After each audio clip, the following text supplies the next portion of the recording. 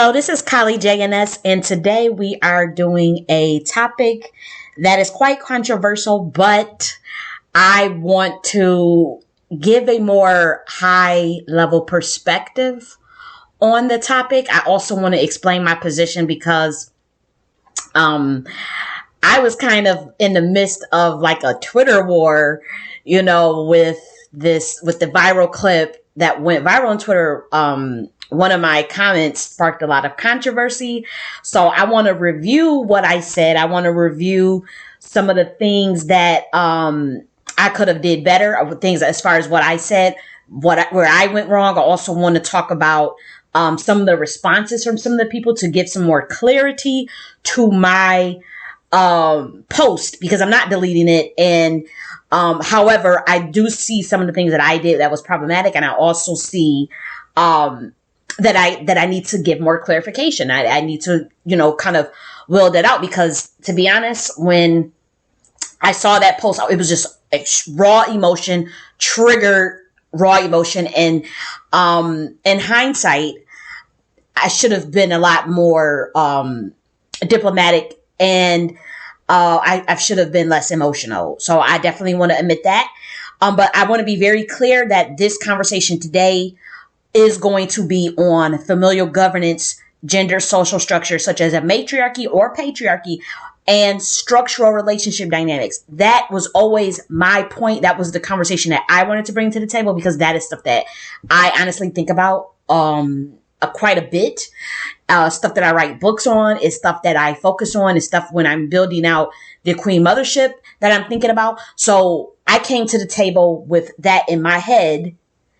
And that particular clip with Iyanla and I think her name is Ebony K. Williams, that they were not discussing what I was discussing. So I didn't even realize that we were having two different conversations. And then the way I came off was from a completely different lens, but it just all got muddled up. My viewpoints got muddled up with some all this projection onto me, straw man arguments being presented to me, and I'm like, that's not even what I'm saying. So this conversation will be on familial governance of the Black American family, gender social structures, a very high level conversation about, okay, when you're asking people to do certain behaviors, or to have certain standards or lack of standards, or to change their standards and whatnot, what premise are we basing this under as far as our gender dynamics and how we relate to others, men and women? What kind of society do we have now? Do we have matriarchy? Do we have patriarchy? Do we have neither? I argue that we have neither, and that we're trying to use elements from both and failing miserably at it. So I'm going to break all that down. I personally feel that Iyanla missed the mark on this for the Black community to have a high level conversation on how Black men and Black women relate to one another. Instead, to me, it was like, this is a sensational moment, a sensational viral clip. And I really, to be honest, I don't appreciate that, because the community is not thinking critically enough. And we're kind of, it's like this bury the head in the sand of the real cogent issues that lead to a situation in which Ebony is her age, and with her accolades or with whatever she brings to the table, not being able to find a guy. Could it be things of her own doing? Possibly. Could it be the structure of the way the community is set up in terms of values, in terms of interests, in terms of what values we hold around womanhood and manhood? These are all conversations that require deep thinking. Again, even familial governance. When you have a 39% marriage rate, what is the structures around that? The lack of structure, rather, that will even give you such a low marriage rate. So we're talking about familial governance, gender social structures. What does it mean when we talk about sexual market value, and we talk about these ideas of roles that women are supposed to play, roles that men are supposed to play? Are we meeting up to those standards? You're asking women to not be hypergamous. That's not a patriarchy. That's just literally the number one criteria of patriarchy. And then our men are asking us not to be hypergamous, but they want a patriarchy. They still tell you that they want you to be feminine, they want you to submit, and they want you to let them lead, but they don't want you to be hypergamous. which is the first tenet of protect and provide. So a conversation on what does it mean to provide? What is the provider role? What is the role of ambition in all of this? What about the ambitions of women? This to me is a very deep ass conversation. And I feel like Iyanla, okay, I'm not trying to disrespect this elder, and I'm not taking away from her, because I think she is a deep woman. But I wonder, like, why was this so sensationalized? And just to say, would you date a bus driver, and didn't even think of this lady's network and pedigree? Whether it could have been a black man up there, and I'll be saying the same thing, because we're going to talk about all this. I'm going to weld all this shit out, because that's like, we about to have a serious ass conversation. It's not going to be no Kevin Samuel said, and you're going to die alone with cats, and what's your rating, all this childish shit that y'all like to do, and going back and forth with the gender war shit. That's not this conversation. If you're not ready to get your mind out of the weeds and get your mind out of the gutter and come with and raise your vibration to understand what I'm trying to say, then just click off the damn video, because I am going to hold myself accountable for some of the things that I said in that post that could have been worded better. And we're going to go through my post. I'm going to give explanation, give the apologies that I want to give out to black women and to black men and to bus drivers.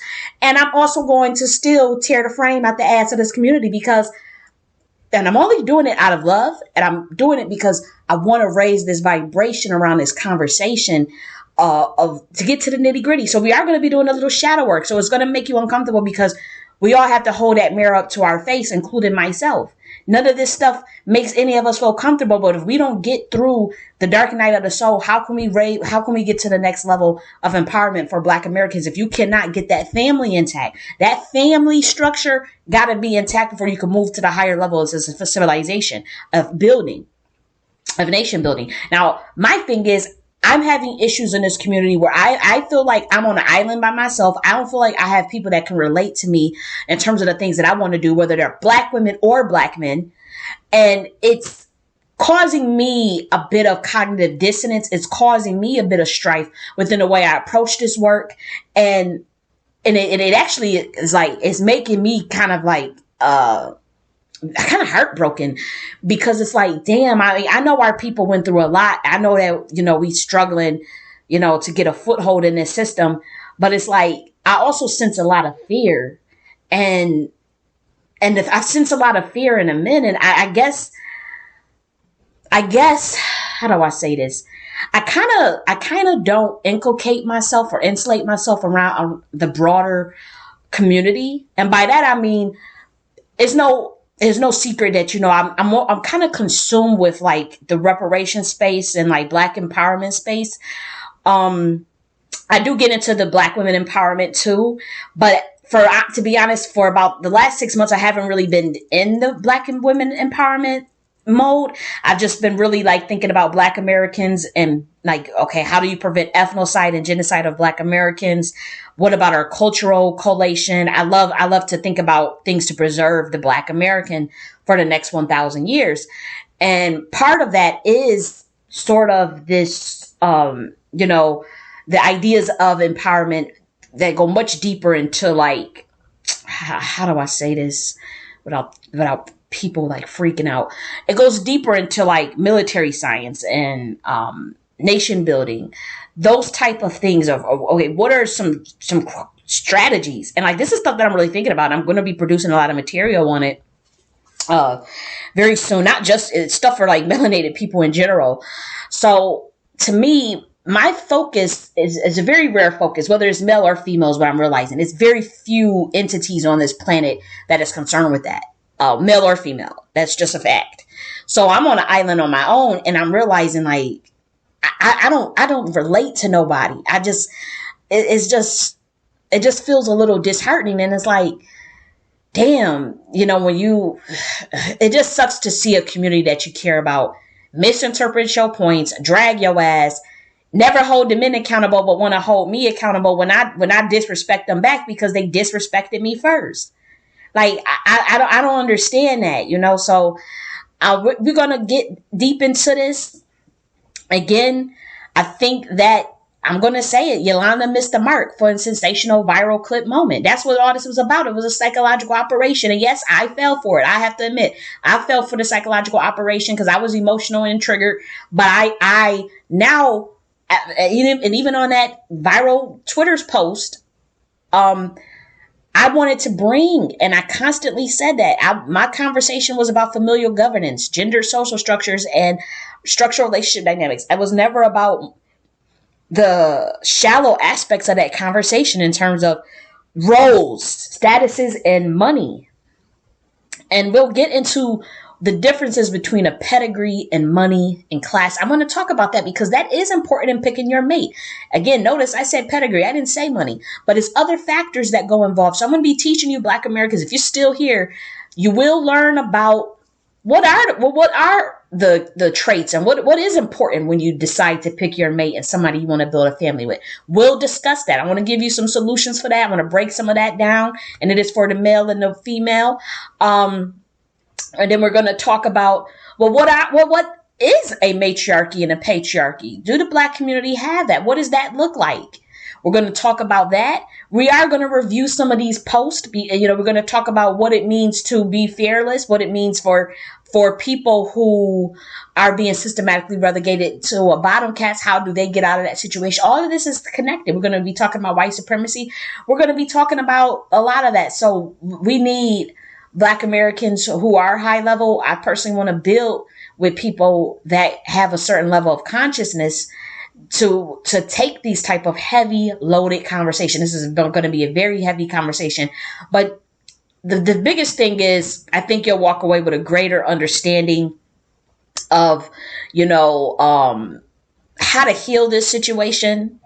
If you don't learn anything, you would at least know, okay, here's how I should approach a relationship, whether you're male or female. I think women are going to learn a lot as well from this video. And I do think that Black men are going to learn a lot as well. So let's start with reviewing my initial post.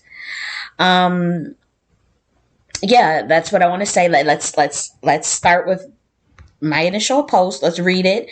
And then let's review my statement before we go into like some of the other aspects of the conversation that I want to have. I think that's fair. And because this was extremely controversial and I got dragged to literal pieces, let's mesh this out. Okay, so what did I say in response to that viral clip? Honestly, and I have to admit this, I didn't even watch the fucking clip. I just looked at the comments, triggered as hell, and responded. I did not watch that clip, and maybe that is very shameful of me, but we kind of know what was going to be said. Like I knew it was a sensational clip. I knew it was a psychological operation. I looked at with the responses of this Black woman getting shamed, got some backdrop that she was a millionaire, attorney, Boule, went to Ivy League. So I was able to sum up her pedigree pretty much. I did not know that she said she dated other races until after the clip. I didn't know nothing of that shit. And even from my post, you can tell that I didn't even know her income. I had found that out later. I just assumed she was in the 6-figure range. This lady's in the 7-figure range. So it makes my point even stronger. But at the same time, I have to admit that I did not even watch that clip. So I guess people could drag me for that too, but our perspectives are quite different, me and Ebony's, but I still defend her right, whether that would have been a Black man sitting his ass up there saying the same thing. I would have defended his right about this pedigree thing, and we're going to get into it. Let's get into it, so let's read it. The onus is not on the woman to settle in the patriarchy. The onus is on the Black male to build a parallel infrastructure that makes them independent from white supremacy.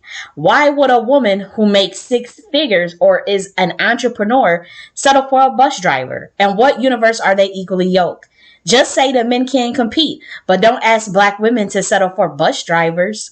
This lady probably makes 6 figures. Water should seek its level at all times. The Black community always want the women to settle for less and submit to men who are dominated by white men. This is a failed patriarchy. What benefits do women get from that system. Marriage and relationships are about legacy and economic preservation. Marriage, up until 300 years ago, was rarely about love, especially among melanated cultures.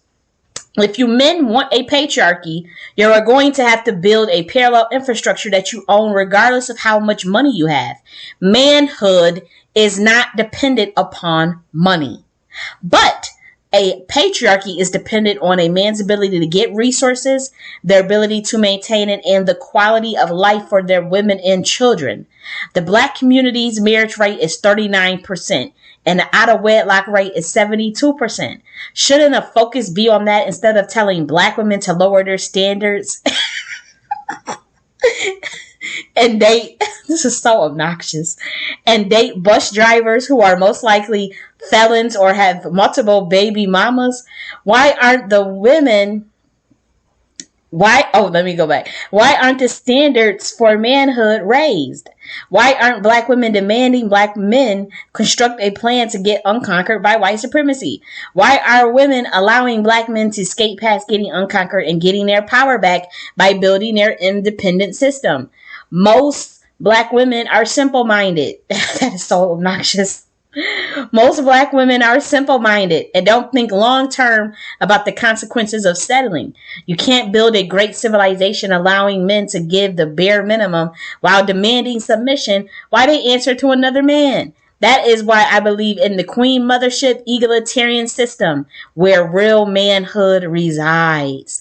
These men are not even focused on skill attainment such as carpentry, hunting, plumbing. They want you to settle for a bus driver. No weak males or females in the queen mothership. Okay. Just pure raw emotion. I swear I should have thought that better. I really should have.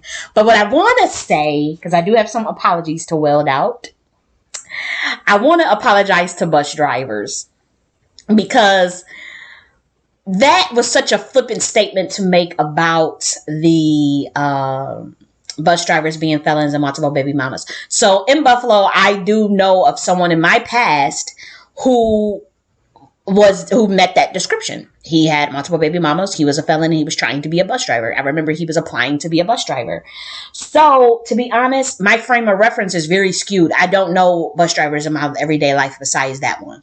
I'm not going to hold you. So it's very ignorant to say who most likely baby mamas with most likely have multiple baby mamas and felons, because that is not the case for every for bus driver, not at all.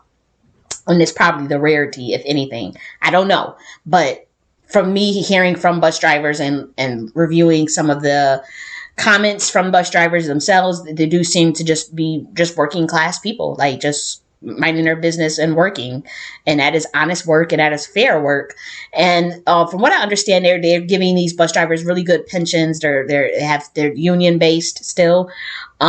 The starting rate from on average is $40K. So y'all try to play me like I didn't know what I was talking about. I did a lot of research across the country, except for in California and NYC, the expensive cities that pay you more. If you're doing overtime, you can get into that 6-figure range after a certain amount of time. They do pay more at nights too. So I looked all that up, and bus drivers are making fair business and fair wages, and they're minding their business, and I don't have a right to say that they're felons and have multiple baby mamas. I do not have that right to say that, and I was projecting from a person that I knew in the past onto all bus drivers, and that is ludicrous. It happens a lot with people, but when you realize that you do that, you got to own up to it and apologize and explain what you did wrong. So that's what I'm doing. I should not have done that. I also want to apologize to black women for calling them simple-minded, because sometimes I get very frustrated with black women. Black women are my first love. I've always been writing out for black women, producing so much work for black women, loving on black women, teaching black women. And to be honest, sometimes I feel like it goes in one ear and out the other ear when I'm speaking with you, and when we're trying to change our culture and raise to the next level as women. I find that you are just as problematic as the men, and that you also do not self-reflect enough on the contributions to the lack of power that this community has. And it's a level of brainwashing, but Also, I should not be saying that you guys are simple-minded. I get very frustrated when the obvious is in front of us and how women themselves do not step up to implement a queen mothership when they see that they're not benefiting from a system where they have a 39% marriage rate, and when they're being asked to not be hypergamous, and when they're being told to submit. That it's crazy. It's being told to be feminine, being told to be friendly, being told all of these standards. Don't be a single mother. Don't do this. Don't dress a certain way. Don't do it. All these things, all these demands, but you don't really get nothing out of the deal. You got a 72% out of wedlock rate. You get nothing out of this deal, but then you don't have enough sense to tell these men, like, what about manhood? You don't have enough sense to raise the standards of manhood for this community. So it does get a little frustrating, because it's like, this community will follow the ways of what the black woman is doing. I don't care what nobody say. That is just how melanated people are. Like, we lived in a matriarchy for thousands of years. I know nobody want to admit that. I know the Africans don't want to accept that. The Black American indigenous are the only group of people on the planet that are melanated, that are accepting that they were matriarchal and that they are matriarchal. And that's not even the broader Black American community, because the Black American indigenous is a subsector of the broader Black American community.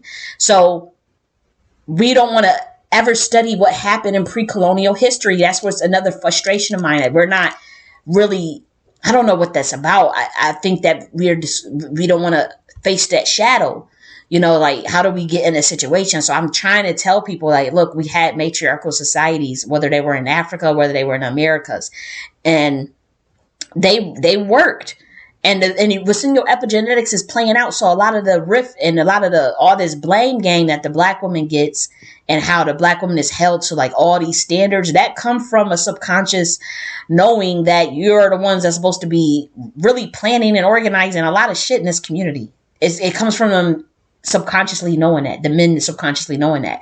And instead of them admitting that, they're trying to reverse certain dynamics for black people that are deeply unnatural for us. And until we study pre-colonial history, not what's in a textbook, but our own shit, until we study our own mystery sciences, until we study our own oral histories as far as back as we can get. I'm not saying that, some of us lost our tribes. Some of us may not be from indigenous background. Some of you may not be from African background.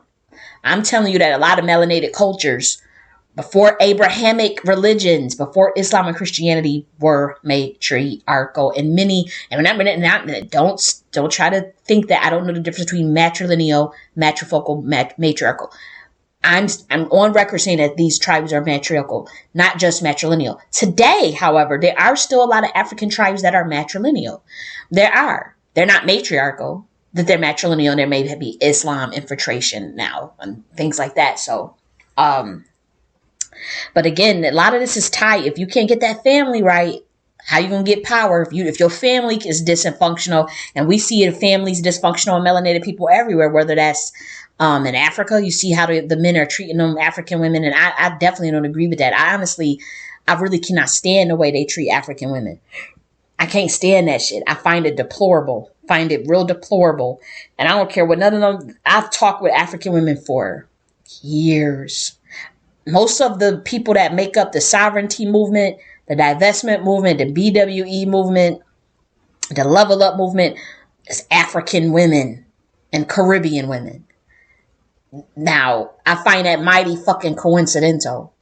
But when you talk with them women and they tell you how they men is treating them, and they tell you the state of the African man, you'll understand more, because there's not a lot of Black American women in those movements as much as you might want to believe. Even the pioneers of those movements who were Black American, if you notice, they kind of went underground, or they kind of doing their own thing, because they realize,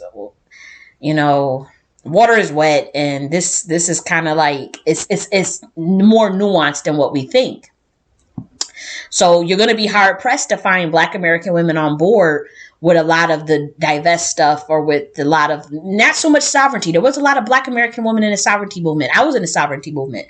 There's a lot of Black American women in that movement. But a lot of those women, the sovereignty movement wasn't a divest movement. It wasn't based on, like, a man. It was based off of your own development as a woman, your own state of consciousness as a woman. So it's not a coincidence that the women in the sovereignty movement tend to be extremely intelligent, confident. Some of them are married to white men. Some of them are married to black men. Some of them are married to women. Like, the sovereignty movement wasn't about relationships. It wasn't about spouses. It was about like shadow work and developing a higher standard for womanhood. It wasn't even about like the shallow stuff of the level movement. The level up movement had a little bit more of the femininity movement inside of it, and the outer appearance. And I liked that for a bit. I didn't knock that. I was doing the level up stuff and listening to Baby Girl, Shara Star Goddess. That is my baby. I love her. Listening to her and learning from her. So I mean, that was cool. And I was younger. I was a lot younger, of course. But so Black women, I should not have been calling you simple minded. I should not have been saying that about you, because you are my first love. And I come from the dark goddess. I'm a descendant of the primordial mothers. Like, I come from a very sacred covenant, a very sacred order that is spiritual, highly spiritual. And I have a calling on my life for certain things. A lot of people cannot relate to my calling, because as a woman, it's like, well, why aren't you just tired of the Black community? And, why don't you just do your own thing and leave and all that stuff? And I told my master teacher, who is a woman, all of my teachers, except for Sun Ra and Ramana Maharshi, Ramana Maharshi, and Thomas Sankara. Those are my male master teachers. But other than that, all of my master teachers are women, and I got about 3 or 4 of them. Most of the stuff that I learned, if you hear me talk and you hear like, oh, people say, how does she know these stuff and all, like, who were her teachers? They were all women. They're all not even famous. A lot of them are not well known at all. They're not mainstream. Many of them were underground, completely underground, where you can't find. They don't even got a damn website. Some of them are priestesses. Some of them are they were the pioneers of the sovereignty movement. But yeah, so a lot of the information that I come forth with, from women, other Black women. And you can hear the influence, like, for those who know, you can hear some of the influence. But I say that I remember I told my master teacher, straight up, the sovereign movement is for women who are literally like a tribe of one, who are doing their own thing. But I would never forget. I said, can you give me advice for me? Because I know for a fact that I have a calling on my life to help prepare this a Black American for something, but help them prepare for more empowerment, to get them into a position, because there is a change of guard coming. So I'm trying to bring a certain level of consciousness to this Black American. And I also see them being genocidal, ethnocide, and that is very heartbreaking for me to see things. And so I had told her, I'm like, well, what if that's just something you can't shake? What if that's something that I can't shake? Like, no matter how many times I tried to walk away, I've felt plenty of times. I've been disrespected in this community. I'm not valued in this community. The women are so male identified. The men are so male identified. This community is way too male identified. And that is the ultimate reason for its failure. Yes, I'm saying that on record. I could prove it. But she said they was looking at me with the side eye, like, I know a lot of these women are looking like, that's Kali J.N.S. who was in a BWE movement. Why is she over there with all this reparations and Black empowerment stuff? She don't realize that a lot of that, the Black community don't care about none of that stuff. They believe that you can't save it. There's nothing you can do for this community. That's what some of the women, from their experience, and that's just, that they have their right to think that. But I was told, this is what I was told. I was told that I have to realize how traumatized our people are, that our community is dealing with trauma, and that they're also extremely traumatized, and they will wear you out. And she said, set your limits, set your boundaries. That's all she told me. She said, do it. If that's what you feel in your life, and you have a calling, You know, you make sure you have some boundaries, make sure you know when to get out and when to get too heavy. And and if it's not working, you know, make sure you know how to pivot. But you're dealing with traumatized people. That's all she just said. She said, you're dealing with traumatized people. And that's all I got to say to you. And I always remembered that, you know, I remember that. And I just, from there, went on to doing my work. And, you know, that is the case that we are traumatized people. And you could feel it even when we interact with one another. Like, I even when I was talking with black men, I'm like, damn, we having two different conversations. We on two different universes talking to one another. And I'm like, we not even hearing nothing each other got to say. So I'm like, damn, it is a lot of trauma, even in interactions. You know, it's like, shit. So, you know, I say that to say that, you know, I have to keep that in mind. I need more patience. I need more patience.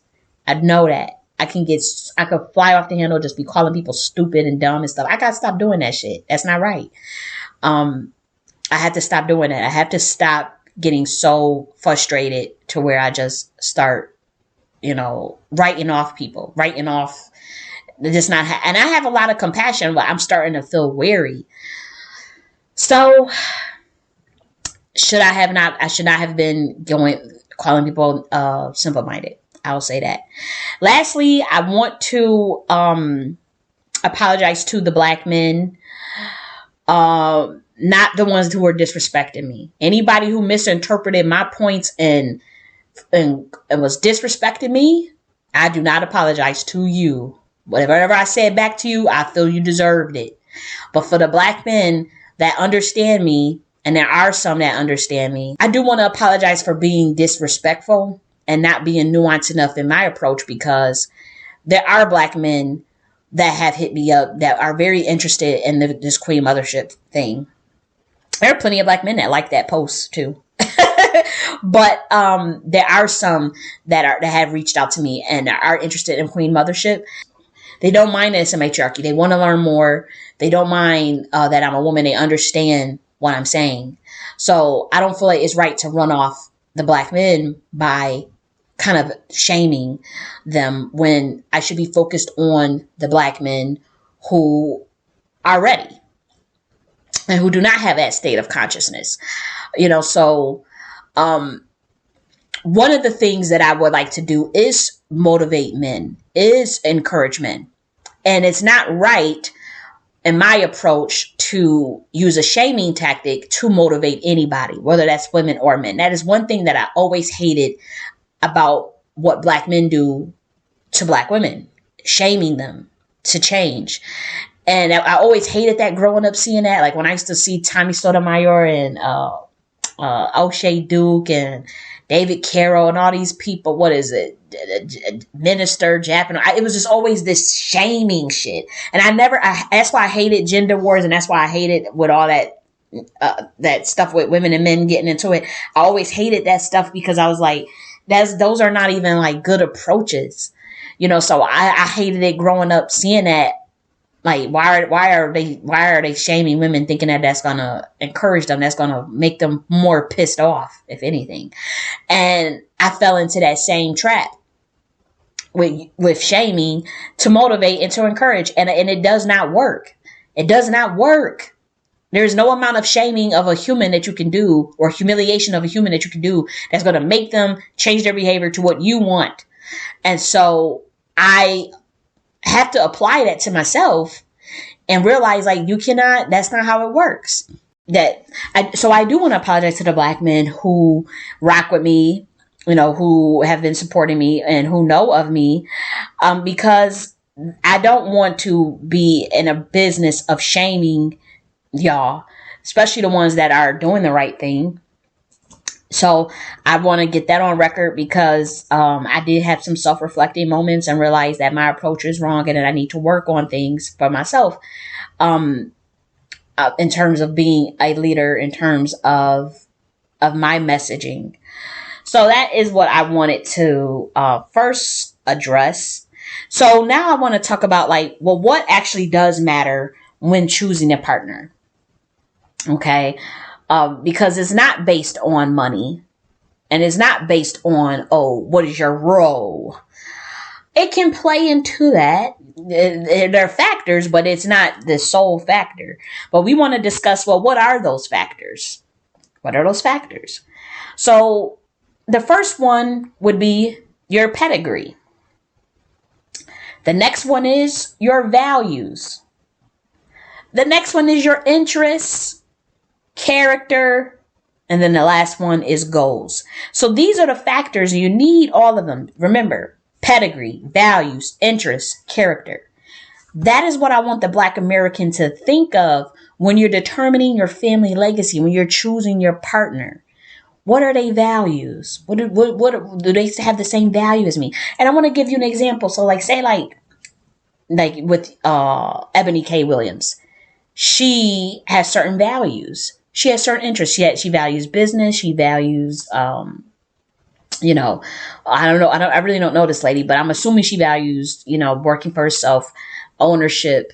You got to think of her goals. What are her goals? What is her character like? What is her pedigree? And when she's choosing a mate, she's going to be looking for someone who shares those same values, those same interests, similar character, similar pedigree. And that is what I was looking at. That is what I look at when, you know, she goes on there talking about she wouldn't date a bus driver or whatever. And she shouldn't be shamed into dating a bus driver because they have completely different pedigrees. Like if someone, and this goes for, just imagine if this was a Black man or a Black woman. And remember about the dating leagues, sexual market value, but particularly dating within your own league, as even Kevin Samuels would say. And also what values are governing the overall community. What do men in general value? What do women in general value in terms of matriarchy and patriarchy? So do I think that Ebony should be shamed by the Black community into dating a bus driver? Hell fucking no. Like, y'all don't have that right to tell that woman that, even if that was a man. Y'all don't have no right to tell some multimillionaire Black woman who went to an Ivy League school, who went to Boule, and again, it's not about the money, it's her pedigree. She still got a pedigree, her family's legacy. Your pedigree is your family's legacy. So it's not just about the money, but she should be finding someone in that pedigree. Because what would be in her pedigree? Okay, so let's say it's another business person. They're a lawyer, like her, Black male lawyer. Don't make as much as her. It's not even about the money. But let's say he's only making $200,000 a year. He has a business. He does some marketing on the side. He also went to an Ivy League. He also has a similar family background. He also is in the Boule like she is. That's in her pedigree. So if Iyanla would have said, would you date a marketing expert that's only making $80,000 a year, but they got the same pedigree? That's more understandable. Let's be real. That's more understandable. It's not a millionaire, but let's say it's a marketing expert that got the same pedigree as her. We went to the same alma mater. They in the same Boule. They went to. They're in business. They have the same interests. They got the same values. They got some of the same goals. They share some of the same goals. If Iyanla would have said that would have not caused an uproar. I'm pretty sure she would have been like, you know what? I date him. Because it is not about the money. It's about your pedigree. And now remember, pedigree is not the same thing as money. It's just not. Now, let's talk about what a pedigree is. Pedigree is your social capital. It is your social capital. That goes into your class. That goes into your education. Not even informal education. Like, oh, you had to go to Ivy League. It just means education. That could be vocational school, trade, higher education, little certificate programs that you can go on Udemy. Because that's a part of your social capital. When people go, like, say, when they go to udemy.com and they take them certificate classes for like, say, computer engineering or something. It don't have to be an actual degree. It could be your education that transcends an actual degree? What is your education? Are you culturally sophisticated because you've traveled a lot? That's a part of education. Travel is a part of education too. It's a part of it. Then you got your family upbringing. How was your family upbringing? What was your mama? What was your daddy? What were their values? What were their interests? That matters. That's your family upbringing. Then your network. That your network is also your pedigree. That's a part of it. So remember, that does not equate to money. I've said nothing about the money yet, but this is what your pedigree is. And yes, with the class, that does come into a play. It comes into a play, and particularly with your family upbringing. But when you think about pedigree and certain things you could not have a lot of money, but still have a pretty good pedigree. And that's how some of those women, they get into certain circles and they end up having hypergamous relationships with certain black men, or certain men in general, where they don't make as much as their man, but they were in that pedigree. Same and vice versa. You may have some women who make a little more than their husbands. Say the woman is a doctor, but the male, they went to the same school. They got similar family upbringing. They got certain organization networks that they are a part of that are the same. That's the same pedigree. So the money does not matter. I hope you guys understand that. But pedigree does matter. And a bus driver, let's be real. Y'all can get mad at me all you want. A bus driver does not share the same pedigree as Ebony K. Williams. They just don't. So Iyanla should never use that example is what I'm saying. She should have never used that dumbass example, because they would never, in what universe would they be equally yoked? Where is she going? Is she riding buses? How is she going to even meet a fucking bus driver? If this woman go to conferences, like that's like with me. Like I'm in the option trading. There's option trading conferences. If I go to an option trading conference and there's black men there that also do option trading, even if they're not making as much as me, they're still in my fucking network. I'm still going to run into them most likely. I also into technology management. I have a technology management background and a sociology background. If I go to one of these conferences, if I go to some meeting where we're discussing, like they got philosophy meetings, all types of shit, and I go to one of those meetings and I see other men there, black men there, other whatever, who's ever there, women there, that is my network. Those are the people that I should be networking with. It wouldn't be some fucking bus driver. So that's what I mean. Like, no, she shouldn't be shamed into dating no bus driver. That's ridiculous. Like, that is so ridiculous to tell a multimillionaire entrepreneur to go with a bus driver because of values and character, but you'll leave out interests, goals, and pedigree. That's stupid as fuck. That is such a childish way to approach this. It's so childish, and that's why I was pissed, because people kept trying to say, because I back up and support Ebony K. Williams' preference. She has a right to that preference. Now, if there was a black man that was in that same position saying he's a multimillionaire businessman and maybe he ain't looking for somebody that make as much as him. That's not the point, but he's looking for somebody in his fucking pedigree. He's looking for somebody. He might have been raised a certain way, and he's looking for a woman that have similar background, and he has that fucking right. Now, if he says, I'm not dating no bus driver female because I want my wife to have certain things, have certain, and again, it's not about the material stuff, but he may be looking for a certain type, and he has that right. She has that right. The community has no business shaming Ebony K. Williams into dating a bus driver. Now, if they pick somebody in her network that maybe don't have as much, and she shun it and act all like, I could see the pushback. Okay, here's a black man. He's a lawyer like you. He went to the same school as you. He's in the Boule just like you. He has a similar family background just like you. He has an interest. He shares the same interests, same values, same goals. But he's only making, let's say $100,000 because she's a millionaire. So her frame of reference is different. It's not like she's making six figures, so the guy will be making 40K or something. Like, let's try to use something realistic as Black Americans. Let's just say he's making 100K. And Iyanla said, would you marry him? if she was acting all sedity and da da da da, I could see y'all pushing back on her. Like, come on, he's in your network. He's in your y'all have the same pedigree. That's why I said we need arranged marriages in this Black community. I already said about the arranged marriage program. If you look at some of my videos for a couple weeks back, I talk about arranged marriages for Black Americans. That's why we need this shit.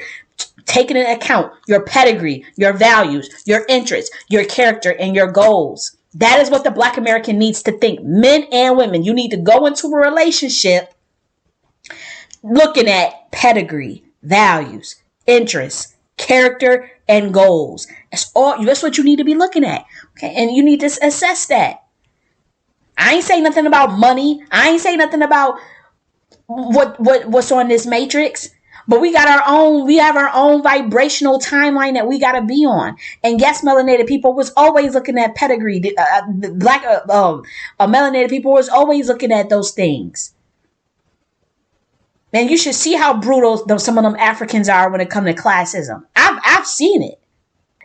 I have been around other people from different races that are not in my class, that are from the wealthy class. And I've seen how brutal their classism is. Brutal. Firsthand. I've seen it firsthand. I've seen people that's like on the chairman on a board of like 10 fucking companies that are like Disney and ESPN and shit. And you can't even Google the motherfucker. That's how old their money is. And then you look at the kids and I'm like, damn, they really put their kids into like amazing positions and shit. And you can't even find nothing on the motherfucker. I'm like, why can't I Google this person? But the person is clearly, they're clearly are who they say they are. You know that this person comes from old money, but then they just so obscure. Like they behind the scenes with their power. They behind the scenes and they do not brag. You will not know that they got money. You will not know shit. And yes, I've seen how brutal they are with classism. I mean, they didn't treat me bad or anything, but I've seen how I see how the women and the men, these white women and these white men from certain pedigrees, when they sizing each other up, they looking at shoes, they have a way to communicate with each other just through their clothing, just through certain. It's a book I want you guys to go read. This is for anybody that's interested about understanding different class systems in America in particular. Jeannie Sells. Let me get this book for y'all because I read this book. This lady is actually my friend on Facebook. She breaks it down. It's called Jeannie Sells. She was a former stockbroker. She was married to a millionaire. She reveals her secrets. This one is called How to Marry the Rich. I thought it was another book, though. No, it's not this one. It's not how. I'm like, I don't remember the title of that. Here it go. I found it. It's not How to Marry the Rich. She did make a book called How to Marry. This one is called How to Meet the Rich for Business, Friendship, or Romance. How to Meet the Rich for Business, Friendship, or Romance. Jeannie Sells. And I found myself being in the position where I was around people from a completely different class than me. And I was just studying them. But I had this book too, because this book does help you navigate. I will say that because she does not come from wealth. This lady here, she did not come from the same background as the people that she was able to get eventually into. So there's different levels of wealth. There's different levels of class in this country that you have to know. A different level, like we talk about just old money, new money. No, there's like classes within that too. And they communicate each other based on certain pedigree, certain values, even the way you would dress, even the things you say out your mouth. It's all a thing. So for Black women who may be interested into something like that, you know, that's definitely How to Meet the Rich for Business, Friendship, or Romance. That could be something that you could get into. And also Black men, if you could learn from this. Jeannie Sells is a white woman, but she gives some good game on that book. She really do. And she helped me out a lot. You get that book. But I say this to say is that a lot of that stuff is not no joke. Like how people preserve their family legacy, how they preserve their wealth, how they preserve their bloodline and what they leave their kids, the inheritance they leave their kids. That's a meticulous thing. That's a meticulous science. And this is something my dad taught me. It's a science to picking a fucking partner that you're gonna procreate with and build a family with. So that's why I said you can't just, like, when I hear black men saying it's just for love, you got to think about the love, you got to think about the character. That's a very naive approach, black men. It's a very naive approach, and it also takes into account, it also misses the account of a woman's nature. We want to talk to black men about this real quick. Women are extremely mercenary. You have the least mercenary woman on the planet, by the way. But I guess maybe apparently y'all are not around other women of other races, so you can't pick up on her. You're not studying it. But even if you was to read this lady's book, see how meticulous and how mercenary her mind is. She's a very brilliant woman. This lady, her mind is meticulous. She's not just, thinking of this princessy fairy tale thing. I think you think women think in fairy tales, and it's unfortunate. I don't know if you're watching Cinderella or Beauty and the Beast or some shit, but yeah, women are more like think of Maleficent or like the Game of Thrones. Remember that old ass lady in the Game of Thrones when she was to be like, shut up and let the grown woman speak, and I forgot her damn name, but all them white women in them Game of Thrones, the dragon lady, the queen, and that old lady. Have you seen how mercenary those women are like that in real life? Like, if you ever been around white women, that's how they really be acting. And it's clear as day that I don't know what's going on with our community, but I'm not comparing ourselves to white people or that we need to be like them at all. No, what I'm saying is women in general, women of all races are mercenary. Black women, they have suppressed that side of the divine feminine because they're being encouraged to by the men. Because women are looking for certain mates that they can ensure will engender a great offspring. This is what women are looking for. This is biological hardwiring. Women are looking, will this man be able to protect me during my pregnancy? Will they be able to provide for me and this baby? Will they be able to give me good genes? Will they be able to give me a good pedigree? Would I come into a good pedigree? It's not about the money. Because I just think about if you were in nature somewhere, in the wild, and this woman and the woman get pregnant, she has to still know that you can build her a small little shelter, that you can hunt, that you can get water, that you can defend the small little village. This is what a woman will be looking at, even if there wasn't no money involved. She's going to still assess your manhood for courage, for honor, for loyalty, for integrity, for strength. She's still going to look at your manhood and look at those factors. She's still going to be looking for that. Come fast forward, now we're in 2023. Now there's a lot more things. Now women have the same jobs as men. Now women, as far as we're not living in nature anymore. But those biological hardwirings is still there in terms of what a woman is looking for. It's still there. Absolutely. They are going to be assessing your manhood, your ability to provide and protect, your ability to gain resources. Even if you're not in a patriarchy and you're in a matriarchy, she's still going to be looking at your skill set. Your manhood is still going to be of utmost importance. So by that, I mean, do you know how to hunt? Do you know carpentry? Do you know how to fish? Do you know some handy skills? Do you know how to build a ditch and a small little irrigation or a little water purifier? She's still going to be looking at shit like that. Do you know how to defend yourself? She's still going to assess, even if you're in a matriarchal society, she's still going to be looking at that, even if she's not looking at your money. So again, you have to take into the factors of all things of pedigree, your values, your interests, your character, and goals, black man. It's not just love. Now I want to talk about, and this is very important, black community. Why did marriage come into existence in the first place? You have to think of those things as well. You cannot just forego that. Why was marriage created in the first place? It was not for love. Let's be real. So when black men are saying, "Oh, black women, you just need to focus on love and marry me for love," that's against a woman's nature. Now you asking a woman to not think about the biological hardwiring, millions of years of evolutionary natural selection of how they pick a mate. And this is not just found within the human race. I can go to every animal and every female animal on this planet and show you. I wrote a whole book on this called The Law of Gender. You will see how these animal females. Man, you think humans are something. It's brutal. These women will let these men fight each other to the death before they give their vagina up. Literally, you should see how elephants and seals, how they get the access to vagina. The African seal and the elephant and the lion. This shit is no joke. Like, this is what, and even insects, man, it's brutal.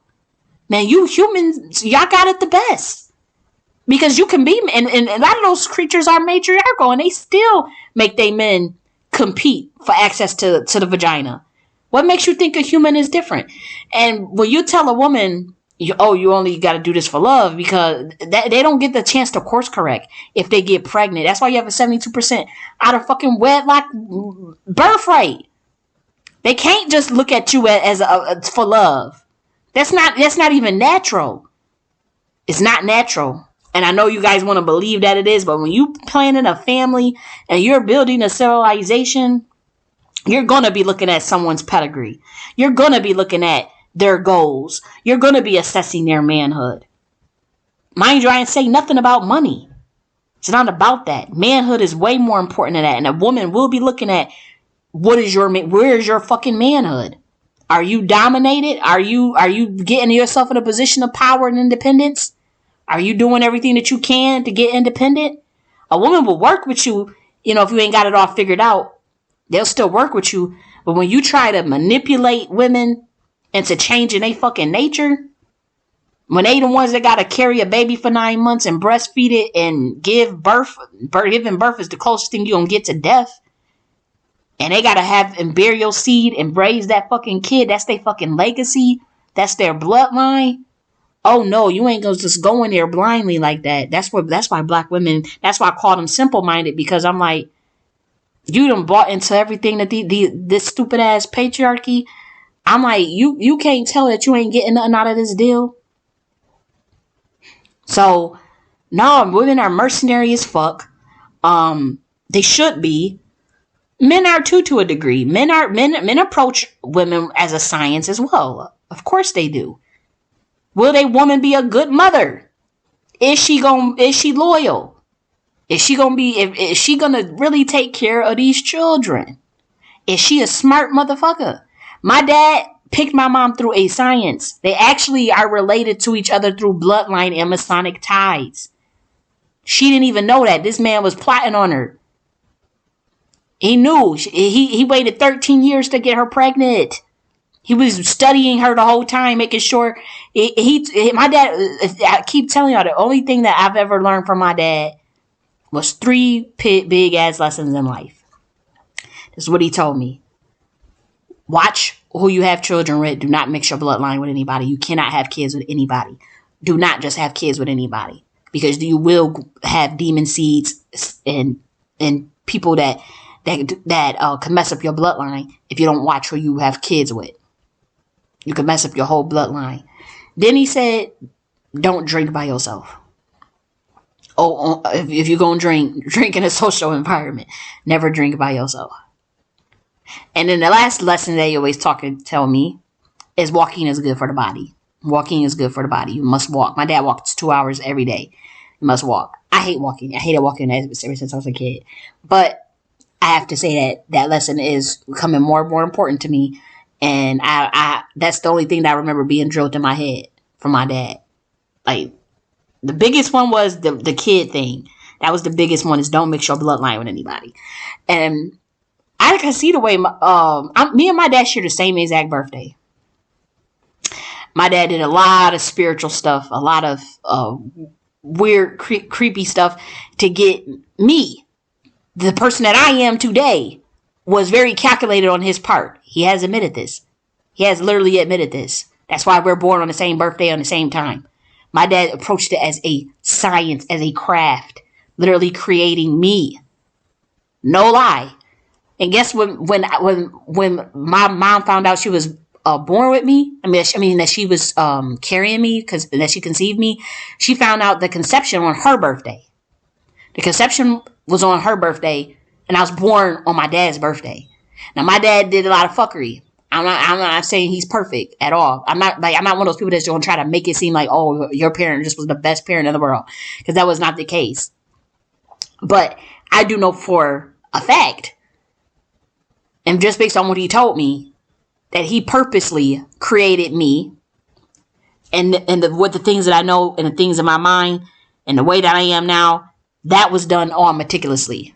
And he knew as a kid, everything that I'm doing now, my dad already knew I was going to do. Everything I say now, the way I think, he already knew. He the one that begged the universe for an extremely intelligent child who had a spiritual awareness, extremely spiritual, extremely spiritually protected, and extremely spiritual as far as high science and high knowledge.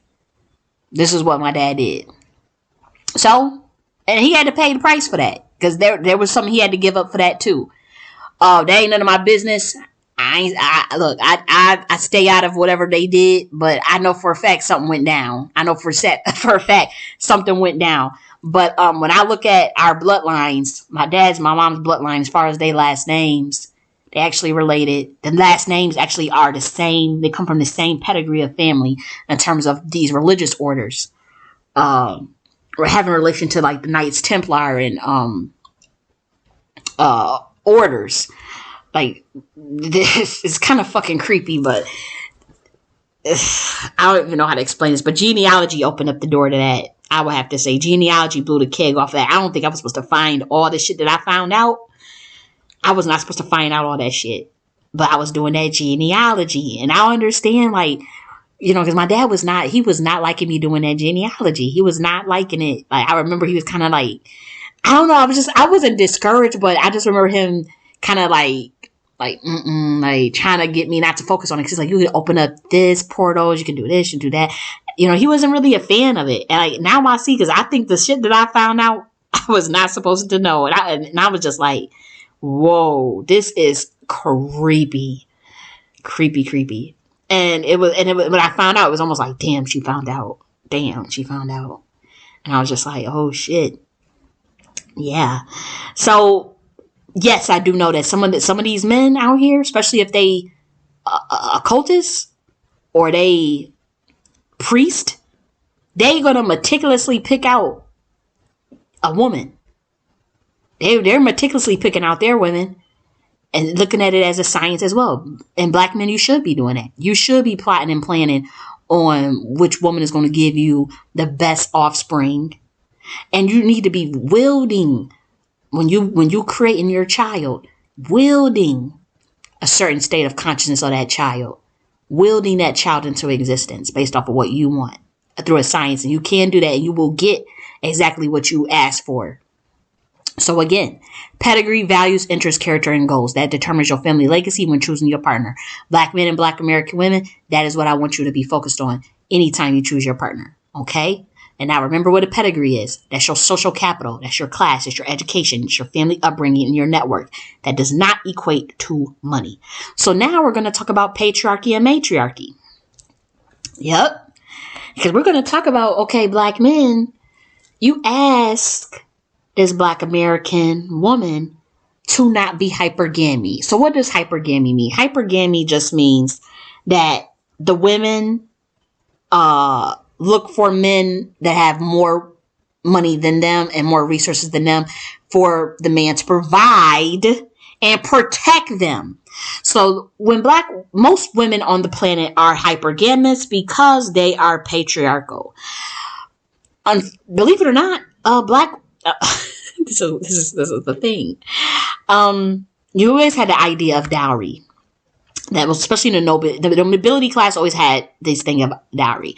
But in matriarchal societies, hypergamy is not as important. Other things become more important. But if we're living, what is the black community? It's not a matriarchy and it's not a patriarchy. It's just some fuckery. Okay?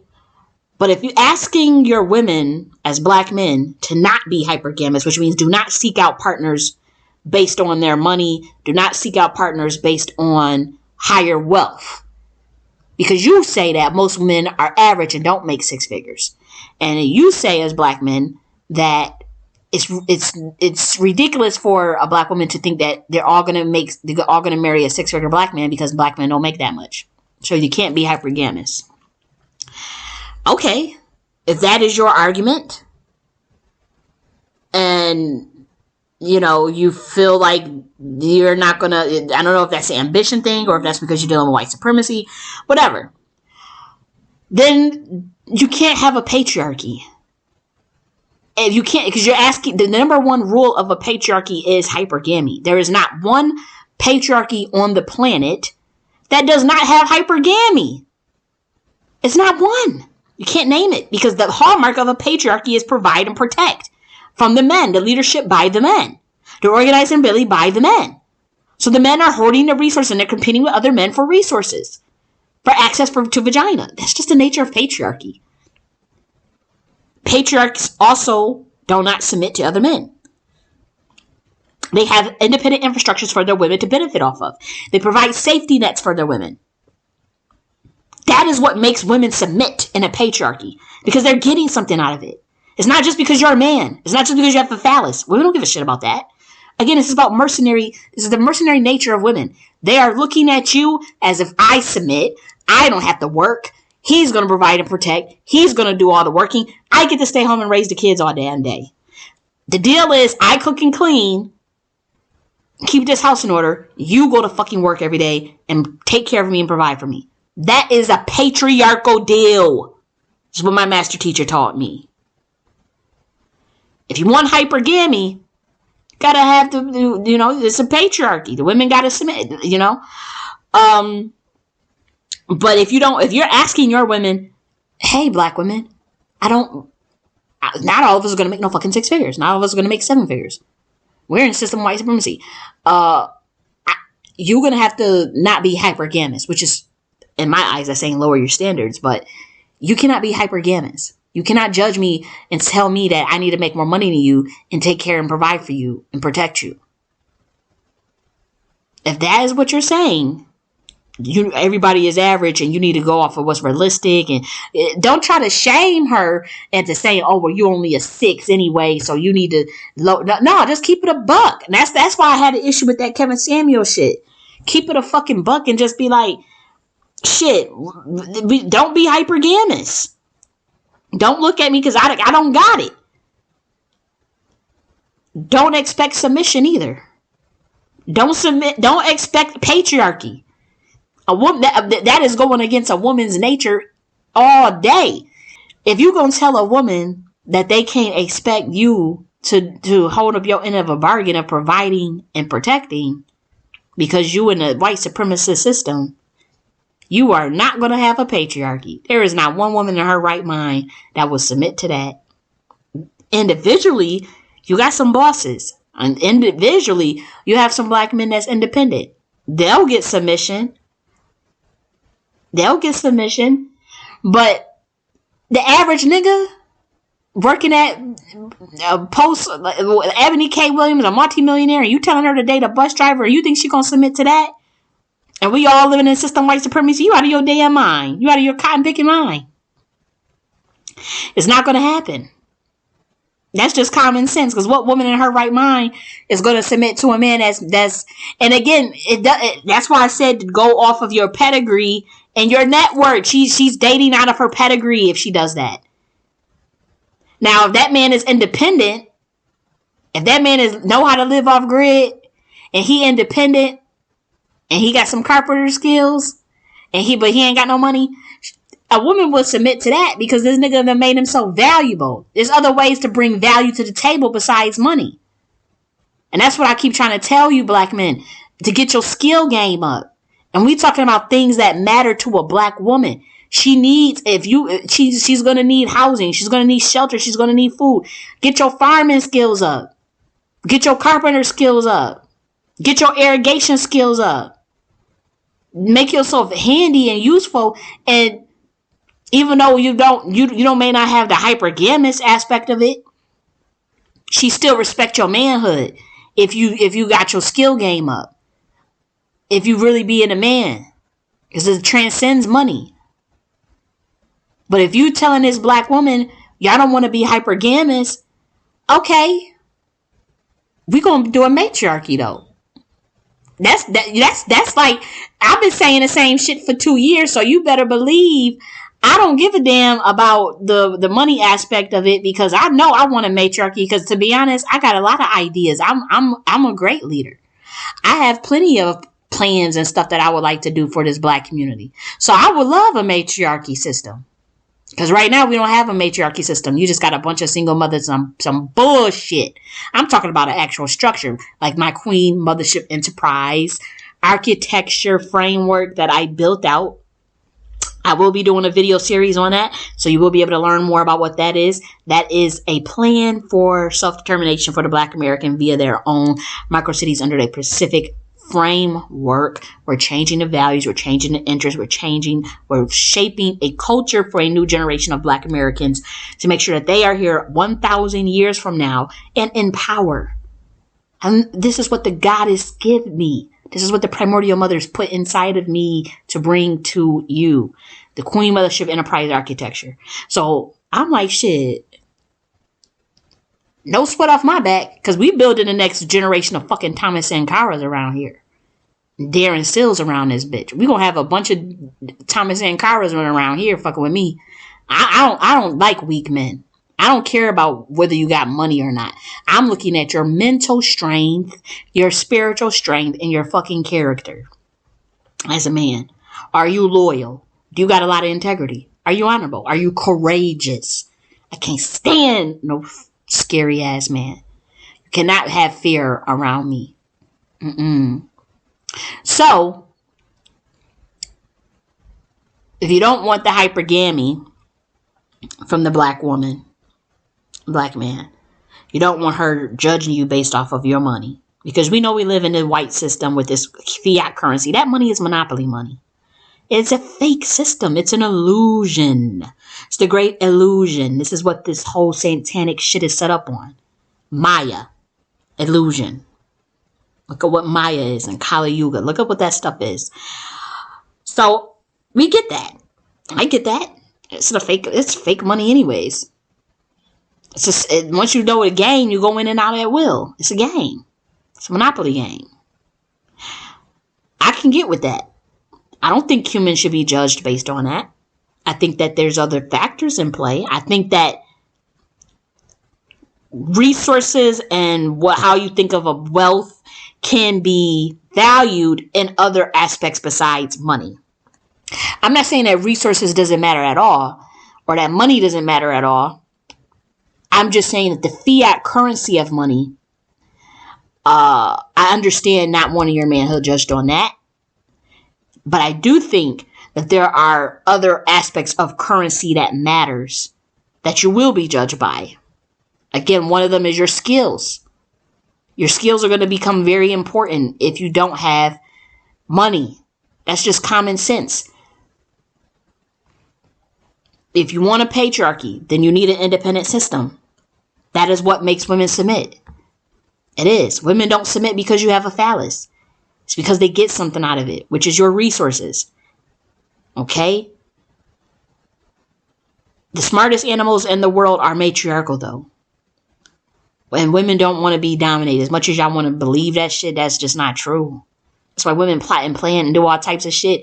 And that's why white men are having such issues with his woman, because she's mercenary as fuck, and she's ungrateful for everything he has done for her. This man went out and conquered the whole world for her ass, and she's still complaining. So that's why they having their issues. That ain't our problem, though. That's not our problem. We got our own problems. I rarely think about them people. I swear I go weeks, months without thinking about white people, without talking to white people, without seeing white people. That's how far gone my mind is from them. I'm so decolonized from them people. I forget they even exist some damn times. But for our systems, we gotta do that work of coming up with what kind of system do we want to have. What kind of system do you want to have, black man? Because if you don't want hypergamy, then you don't want a patriarchy. Because what is the number one tenet of a patriarchy? Hypergamy. Men provide the resources, men protect. And you're saying, no, you want the woman to have some resources too. You're saying, you know what? We both got to do it.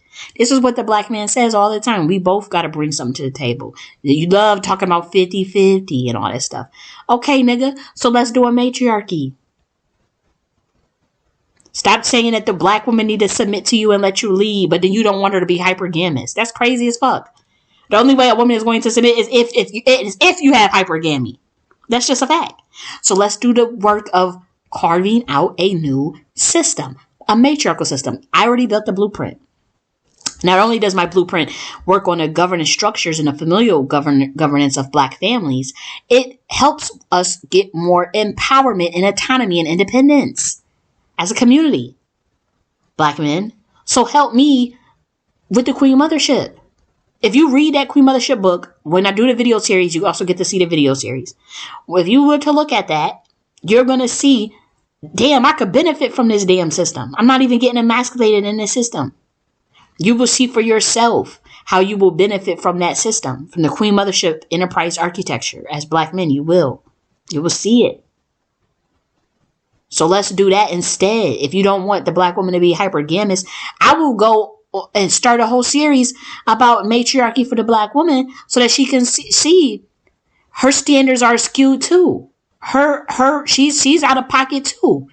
She is not right to be judging you based off of the white man system. She is not right for that. She doesn't know her own pre-colonial history. So I have to talk with the black women to let them see, like, look, he doesn't want hypergamy. Stop thinking that you about to have a patriarchy, black woman, because you're not. You're going to have a matriarchy. Step your ass up and build your own community. I'm happy to do it. I love shit like this. I'm a master architect. I love shit like this. So I'm like, man, I get to get my hands in and plan some shit. For me, I like leading shit. So I mean, that's just me though. I'm the type of woman that's just the type of woman I am. I can't help that. So I understand not all women are concerned with that, of building and running a society. I understand that maybe not every black woman wants to do that. Some black women just want to paint their nails and chill and rest. I get that. And she's going to be able to find men that can do that for her in some occasions. But I also want to say that there is a difference between your personal relationships as black men and black women and your overall structure of your community. So what I argue is that, and in the Law of Gender book, I also detail more about this. I argue that you can have a overall matriarchal society in terms of the structure and the governance. Doesn't mean you don't have male leadership, because you do. It's an egalitarian system. I argue that you can have that, but I also argue that your personal relationships can be either or. You can have a personal patriarchal relationship or a personal matriarchal relationship with your individual spouse. That is up to you to decide. And I talk about that in the Law of Gender book. Like, if there's a black man that is a patriarch and he wants a housewife, that's his individual personal preference. It's an individual thing. And there's a woman out here that don't want to do shit, that just want to raise kids. They're perfect for each other. You can find that. That's still okay. Now, you got some women, they may be a lawyer. They may be making 6 figures. They may be an entrepreneur. They don't want to be boggled down like a housewife, like a slave. They don't want children. They got another black man. She finds a black man. He doesn't want children. He doesn't make as much. He doesn't mind her being matriarchal. He's okay with a matriarchal relationship. He doesn't care that she doesn't want to be boggled down and submit to a man. He doesn't care about that because he's already matriarchal. They might be that's their personal business. That's their personal relationship. They got that right. Some are going to be egalitarian. They have no gender roles. He wants to be a house father. What's it called? Is a house husband? Stay-at-home father. He wants to be a stay-at-home father. She wants to work. because she, for whatever reason, could be a childhood thing where she is scared to not have her own. You know, who knows what people be going through. She wants to work. He doesn't really, he'd rather be a stay-at-home father. She got 3 kids. He's a stay-at-home dad. He wakes up every day, washes the kids, get them ready for school, cook their breakfast, cook their dinner, and she comes home. That's their motherfucking business. I know people like that, white and black, that's doing that shit. I know white people that got that type of dynamic. Literally, the father is a stay-at-home father, and the mother is a professor somewhere. It's just a reality. That's their individual choice. So your individual relationship is your business. Whether it's patriarchal, matriarchal, that's your business. That's your personal dynamic. And that's where we get into the relationship dynamics. You got that. Your own individual choice. But I argue that the overall governance of the community in terms of like setting up a leadership, setting up the council, I think all that need to be matriarchal for sure. I think women need to lead that. Oh yeah. And we're in the age of Saturn and the age of Aquarius.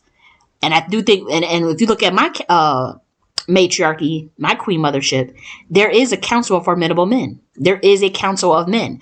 We have a council of elders. The council of elders, there are the equal number of men and equal number on the council of elders. We have the queen mothership council. Those are just women, obviously. So you can't say like, oh, there's no men's going to have no say in them in your society in the queen mothership. Men do have a say. We have a voting system. We have elections. It's the queen mothership enterprise architecture. We have all of that. So men do have positions of leadership. In the admiral branch, I'm obviously the chief architect of the whole system. So I'm a part of the admiral branch. There's men in the admiral branch. I'm looking at a black man now who said he wants to do this queen mothership with me. You know, I'm still vetting him out, but if he makes the cut, he'll be a part of that admiral branch with my particular branch, with my queen mothership branch. He'll be in command. We'll be literally running it together. So, you know, overall governance. Remember, you have your familial governance. You have your relationship dynamics, and then you have your gender social structure. What is it going to be? Matriarchal, patriarchal. Black men, you tell me you don't want hypergamy. You don't want a woman looking at you because, you know, you're only making 40K or 50, 60K. And you know, these bitches, these women are saying that they want somebody with 6 figures. And you're trying to tell her you don't got it, but you're a good man. You shouldn't judge me based on the money. That's true. But we're about to do a matriarchy then. And another thing, black men, you need to also tell her that your manhood is not based on money, but you also want to say, you know, the manhood is based on your loyalty, your integrity, your honor, and your courage, and your skill attainment. Now, I know you say, well, who the fuck are you as a woman to tell me what my manhood is? We need a discussion about manhood in this community. We do. Just like we need a discussion about womanhood. And you can say what you want. My master teachers are women. We talked about womanhood. We got the frame toward our asses. You think, man, my master teacher, she would be sometimes ridiculous. But the way she would come at women. And honestly, guess who ran her off of YouTube? Guess who got her canceled off of YouTube? Black women. Because they got so upset that she was holding them so accountable. They got so upset at her for her going in as far as accountability and letting us know, like, damn, you're the one that's causing all these, you know, that's causing all this shit. And they turned on her and got her ass out the paint. They all canceled her, got her off YouTube, but they ended up drawing more attention to her because all the other women were like, well, why did she get kicked off? What did she say? What did she do? So it ended up bringing her more people anyways because people wanted to know more about her. So you can't say that there are instances, whether you want to believe it or not, of black women holding other black women accountable. We just don't do it in the public sphere. Like how y'all run with Tommy Sotomayor and go on YouTube and all that. No, we do that shit on the ground in fucking Zoom meetings. And you'll see women getting ripped to shreds in these meetings. And when you come out this fucking Zoom meeting or whatever, you hold yourself accountable. You do better in this world. That's what women got to do. You got to pull each other to the side behind the scenes. You don't do that shit on no public sphere. Same thing with you black men. Y'all need to start doing that too. Y'all not doing that. There's not one person that's holding y'all accountable like how some of my master teachers have. As women, holding us accountable in private, making us go to etiquette school, making us lose weight, making us do all types of things. Black women doing this with each other. I don't see any black men talking about manhood in terms of honor, integrity, courage, loyalty, skill attainment, and your own self-independence as men. And empowerment. Y'all all have this order, this brotherhood to protect one another. Don't hold nobody accountable. Look at that King Von documentary. You see how those black men were trying to defend King Von. And this nigga was a whole serial killer killing black men. But when that white man showed up, when that white police officers just showed up in the documentary, how was he acting? How was he? He was all submissive and quiet. He ain't do none of that bucking and bragging. He was bragging about killing black men. Bragging about it. And y'all still wanted to have this vanguard instead of shunning y'all. I only saw one black man shunning that and calling that out as ridiculous. I only saw one black man doing it. Going in on King Von saying, you know what, we don't want this nowhere near our community. But Van Nathan, or whatever his name is, you was out of pocket for trying to defend King Von for that. Like, that's ridiculous. That nigga was straight up man. And that's all I'm saying is y'all gonna have to stop this gatekeeping with this brotherhood stuff in terms of like y'all don't ever hold each other accountable.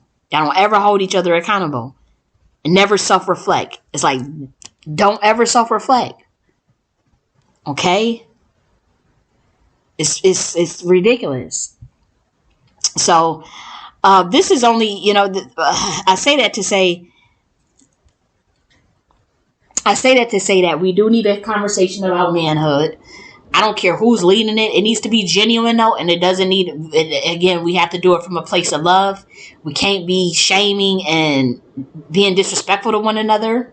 But I do think that we should have that conversation about it if we're going to move to the next level. So again, Black Americans, right now, we have the dysfunctional elements of a matriarchy and patriarchy with zero structure.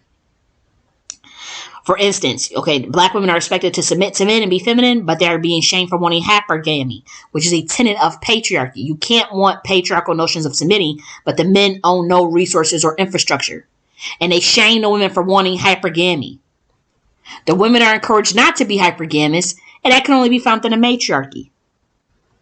So, we need to enact the processes and systems of the gender social structure we want. I advocate for implementing the matriarchy, the queen mothership enterprise architecture that both black men and black women will benefit from. Black men resources become less important in terms of money, but their manhood in terms of skills, building, and fatherhood and defense become more important. Black women have more autonomy and will do a considerable amount of the organizing affairs, the planning, culture, and building infrastructures. This is something that she is naturally gifted in any fucking ways. Okay, so there's less focus on these antiquated ideas of a woman should be doing this, a woman should be doing that. Y'all got this shit all backwards. You don't understand the laws of electromagnetism, nor do you understand your own pre-colonial history before the white man got involved, nor do you understand your own mystery sciences. It's so frustrating. This has nothing to do with white people. You guys are brainwashed by their system. Brainwashed. Okay, so the Queen Mothership Enterprise architecture I created, it details what this looks like structurally from the top in terms of governance and community function. Okay, now the law of gender talks about your personal relationship dynamics. One personal relationship can be matriarchal or patriarchal. We went through that, okay? But the governance, the communal governance from the top level should be matriarchal. So you have tenets and values. All of this is all covered. I talk about all this. We're going to do a video series on it. Trust me. Okay, so that is what I want to cover for that. I want to also go through some of the responses of the black men, because this is what I want to read this to you, because it's important that we talk about these things as uncomfortable as it may make us. So listen to what this black man has said. He says, men have been settling for women who make considerably less than them since the beginning of time. Patriarchy. But since women have the opportunity to be the breadwinners, it's a problem now? Okay. And this was my response. I'm going to read it to you. I never said it's a problem, fool. Now, I shouldn't have been calling him a fool. I shouldn't have said that. But I never said it's a problem, fool. But if we are going to get rid of hypergamy, we must have a matriarchal egalitarian system. Hypergamy is a requirement in patriarchy.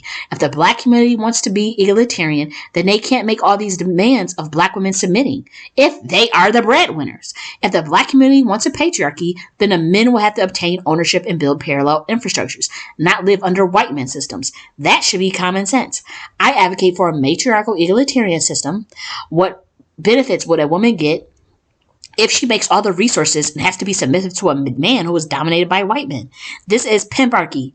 This is what the black community is promoting versus making a plan to get out of white supremacy and build their own parallel infrastructure. That's crazy. No woman worth her salt should settle for that. Just implement the great matriarch. Problem solved. So yeah, that's some strong language that I use. I said a mouthful right there. I said a mouthful. But that's honestly what I feel. He said it. The black man said out his mouth. How is it a problem now? If the black woman is in a breadwinner, why? And he's letting you know. He's egalitarian. Okay, we're doing a matriarchy then. You don't want us to be hypergamous? We're doing matriarchy. And we're not going to be emasculating the black man. And we're not going to be, because again, their manhood is going to be very important in the queen mothership. So we're not doing any emasculation. We're not. And I'm working on that myself because I'm not saying that I was perfect. I should have been, I know that I can be a bit much. I know that I got to work on my patience. I have to work on my patience. So I am committed to working on my patience, and I am committed to not abusing black Americans by calling them out their name when I get upset at them, by calling them fools and stuff. I'm going to commit to that. I'm going to stop doing that. Yes, I am. Okay. So it's a hard conversation to have, but we got to get to the bottom of the truth, or else you're just going to be going around in circles. In a patriarchal system where the men are determined to uphold that system, you have to meet the criteria of patriarchy. This is what one of the commenters left on one of the posts, and it was brilliant. She said, you have to meet the criteria of patriarch. Patriarchs don't submit to others if they expect submission. That's just common sense.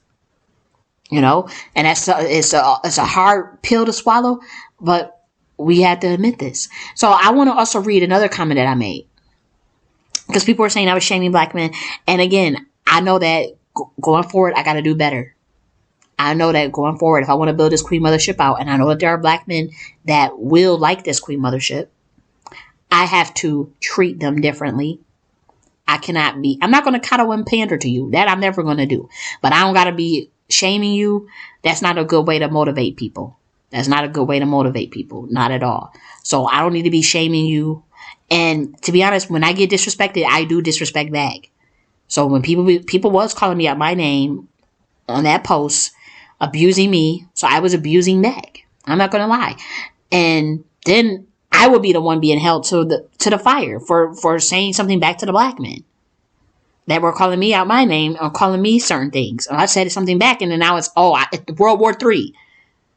You know, so I'm only going to work with the black men that think like me. I'm only going to work with the black men that support me and that could be loyal to me, and I'll be loyal to them. So I don't expect I know I'm not every black man's cup of tea. I know that. I attract a very particular type of black man. And I see it. I find it mighty funny that a lot of them got their shit together though. I find it very coincidental that the black men that do be listening to me, I find it very strange that they are patriarchs or that they got their motherfucking shit together. Or they're just matriarchal and they doing their own thing, but they still got you know what I mean? They have it takes a high level of consciousness to even rock with me, male or female. It does. It takes a high level of consciousness. So I find it mighty coincidental, and it's not a lot. I know, but I understand that. That's just the path that I'm on. It's not going to be a lot of black men that rock with me. I'm not a pick me. So You know, I can't pander and coddle you. I will not pander and coddle you, but I can guarantee that I bet you'll get some enlightenment. I bet you'll walk away with some gems for your ass that could put you in a better position of independence. I can guarantee that. I can guarantee that. I can guarantee a loyalty. I can guarantee that if you're loyal to me. But I can't coddle and pander to you. I will not do that shit. That is not going to help you get to the power position. No, it is not. No, it is not. I cannot stroke your ego. So I won't do that to you. But I also do not need to be emasculating black men or shaming them. That I am going to say was wrong. I will not do that to you or the black woman. I'm not going to be shaming and what's it called? Is emasculating? That's not the right word. Defeminizing? I don't know. Whatever the word is for the equivalent of emasculation for women. I don't want to do that to black Americans. I've realized that black Americans are holding me up to a higher standard in terms of my responses to the public. And I cannot just be cussing people out, calling them stupid, calling them fools. I was really going in on people, and like, I could have handled that better. I really could have. And I'm not deleting none of it because it was a learning lesson. And all I'm doing right now is I'm reflecting on it. So if 10 years from now people try to hold me over my head, I'm going to just say, look at my video apologizing for what I did because I reflected. That's all I'm going to say. Like, and that I reflected on my leadership style. I reflected on my lack of patience. I reflected on the little child within my own self, my shadow work that got to be done. And that is what I can say. I don't know how I'm going to respond to a bunch of disrespect, though. Like, I don't know. Like, I'm not going to let this community fucking disrespect me, though. So don't disrespect me. That's all I say. And you will not be disrespected back. So I want to read this, okay? I said, I didn't shame black men. I pointed out a critical part missing from the relationship dynamics. How it's unfair to want to model your dynamics after patriarchy, but get rid of hypergamy. And I said, if you guys want a patriarchy, you have to have an independent system that black women can thrive in that will incentivize them to submit. You have to challenge white supremacy. I advocate for a matriarchy due to the fact that you don't own the resources. I created the blueprint to carry out the structure that will allow us to have more freedom and autonomy without going to war. Just because y'all don't like my message or delivery doesn't make it untrue. It may have been harsh, but it's something more black women need to point out because y'all love holding her feet to the fire, but get mad when a woman does it back to the men. Y'all match. I don't care how many insults and straw man arguments y'all throw my way. I will speak the truth. No amount of whining will shut me up. So once again, I was being a little indignant. You know, that was one of my responses to a man. And again, I was very, very triggered. This whole thing was very triggering to me because I said what I said, and I woke up this morning. I woke up that morning and I just see a bunch of people calling me stupid, calling me names, bitches, all types of just dogging me out. And so it makes you upset. And you're like, I didn't even say nothing about money. They were saying you a gold digger. What? Calling me feminist. It was really aggravating. I'm like, y'all not even listening to what the fuck I'm saying. So it was very annoying. You know, so like I just got so upset and started like cussing people back out. You know? So that was wrong. So hold on, guys. I'm going to take a 5-minute break because I've been talking for a while. I'm going to take a 5-minute break and we're going to get back. Just one moment. Okay, I'm back. Let me make sure that I start my timer. I told myself I was going to give myself a 2-hour and 30-minute allotment, guys. And we already only got 50 minutes left. And I honestly am not halfway done with the things I wanted to cover, but we're trying to get there. But you know me, I'm very long-winded. I can go off in tangents and shit. So we'll see if we can make everything I got to say in that 50 minutes. I got a feeling I'm going to still be going over, but it is what it is. So, you know, again, for the Black Americans, this video was for us to have a more deeper conversation and for us to really think deeper. Because this is what I really wanted to do in that Twitter thread, but it got lost in translation because of the sensationalism and everyone kind of just like emotional and up in arms, including myself. So we didn't have a chance to have this deep conversation I wanted to have, and also something that was more vulnerable, like with me having to hold myself accountable for how I carried myself on in that thread as well. Okay. So I want to cover one more thing. Now I just want to cover like the nature of the conversation that was had on Twitter, and talk about and expound more rather like on some of the things that I was saying. So another post that I had put was this. I want to read this, guys, to you. The lack of power this community has is indicative of their childish thinking regarding legacy, familial governance, gender social structures, and structural relationship dynamics. In a relationship, especially if planning children, the following matters: pedigree, values, character, interests, and goals. We already all went through that. These factors trump both love and money. Pedigree consists of one family's upbringing, their social capital, their network, their education, and class. We also went through that too. There is not one ethnicity on this planet that overlooks pedigree in choosing a mate, including melanated people. If you are not systemic in how you pick a partner in search of character, then you are being naive and short-sighted. Most divorces are over finances, so love is not strong enough to hold it together. While money is not everything, I think the community should assess why marriage came to exist in the first place. It was never for love. This is why arranged marriages, especially one based on class, last the longest.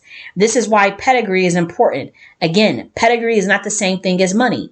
Until the community does deep shadow work and develop governance around family building, they will continue to go in circles. I wrote a whole relationship book for Black Americans called The Law of Gender, started a Center for Sexual Health and Family Planning for Black Americans.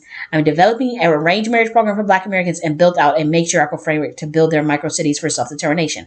As much as y'all like to insult me over my perspective, I am one of the rare few to actually put a lot of cultural building for this community. It's true.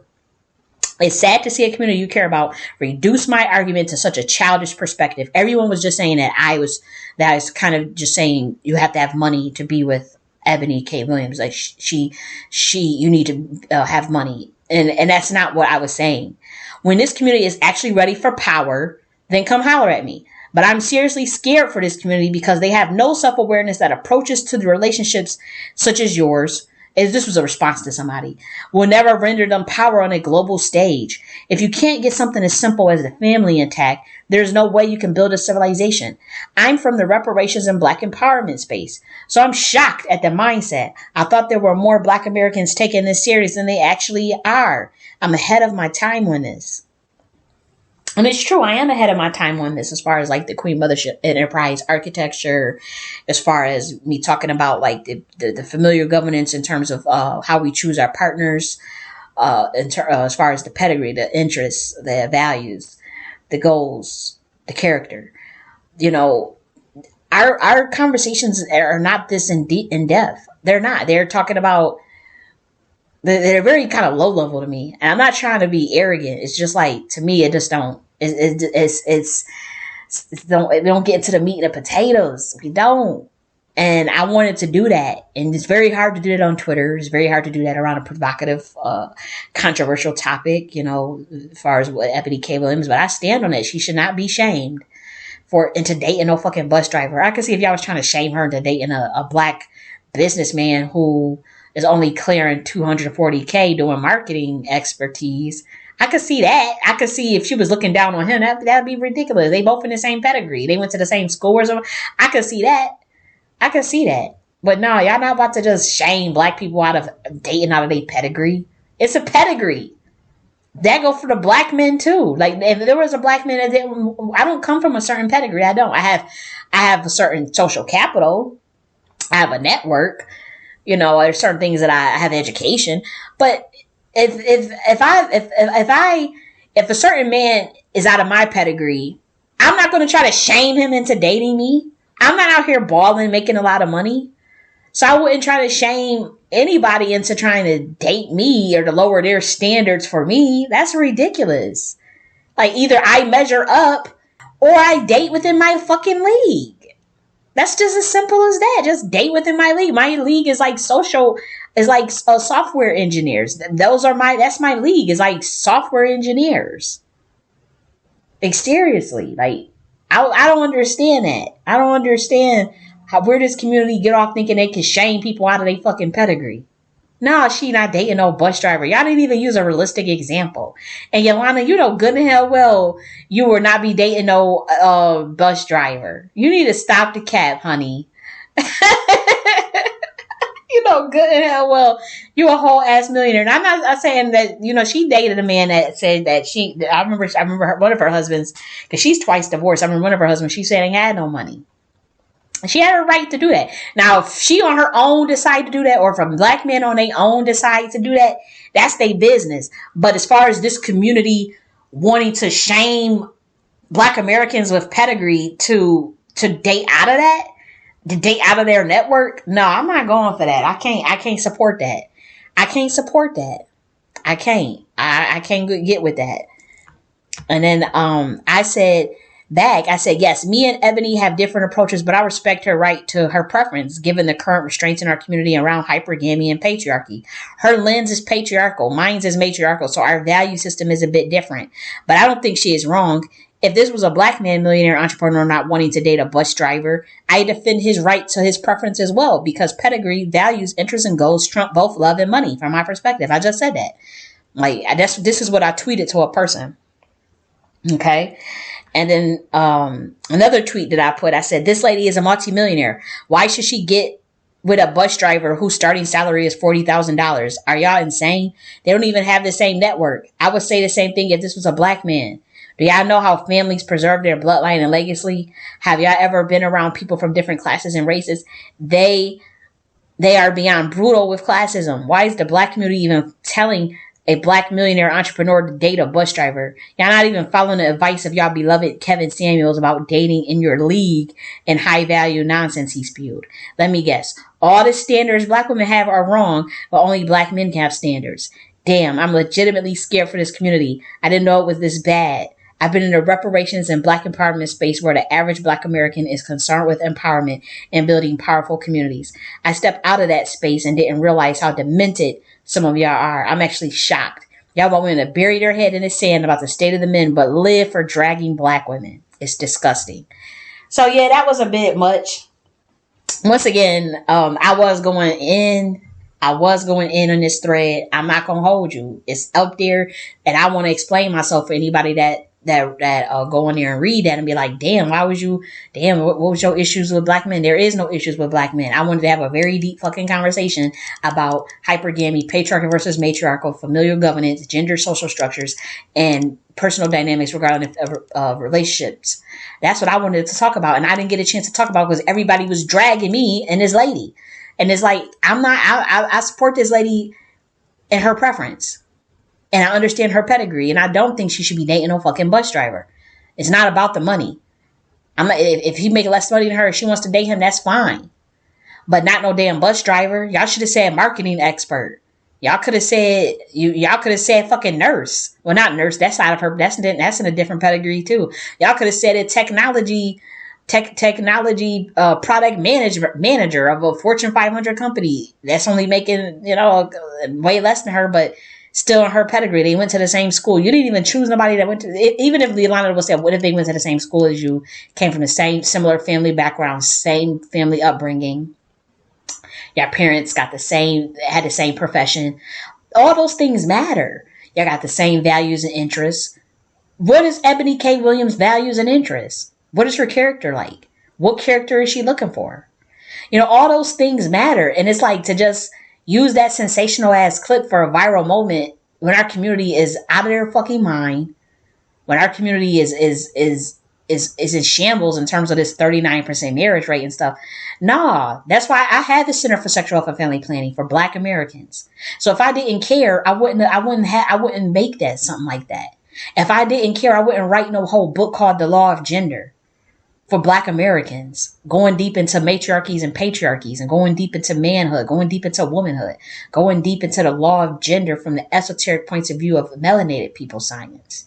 I wouldn't have did that. I had to write that shit with my own fucking brain. Those are my fucking ideas. That's my intellectual property that I had to put out, theories that I put out about cooperation. And the idea of cooperation, I did get that from Shrieking the She, because when I was a younger woman, I remember he used to talk about cooperation. So I did get inspired by that and wrote more about that in my book. I did.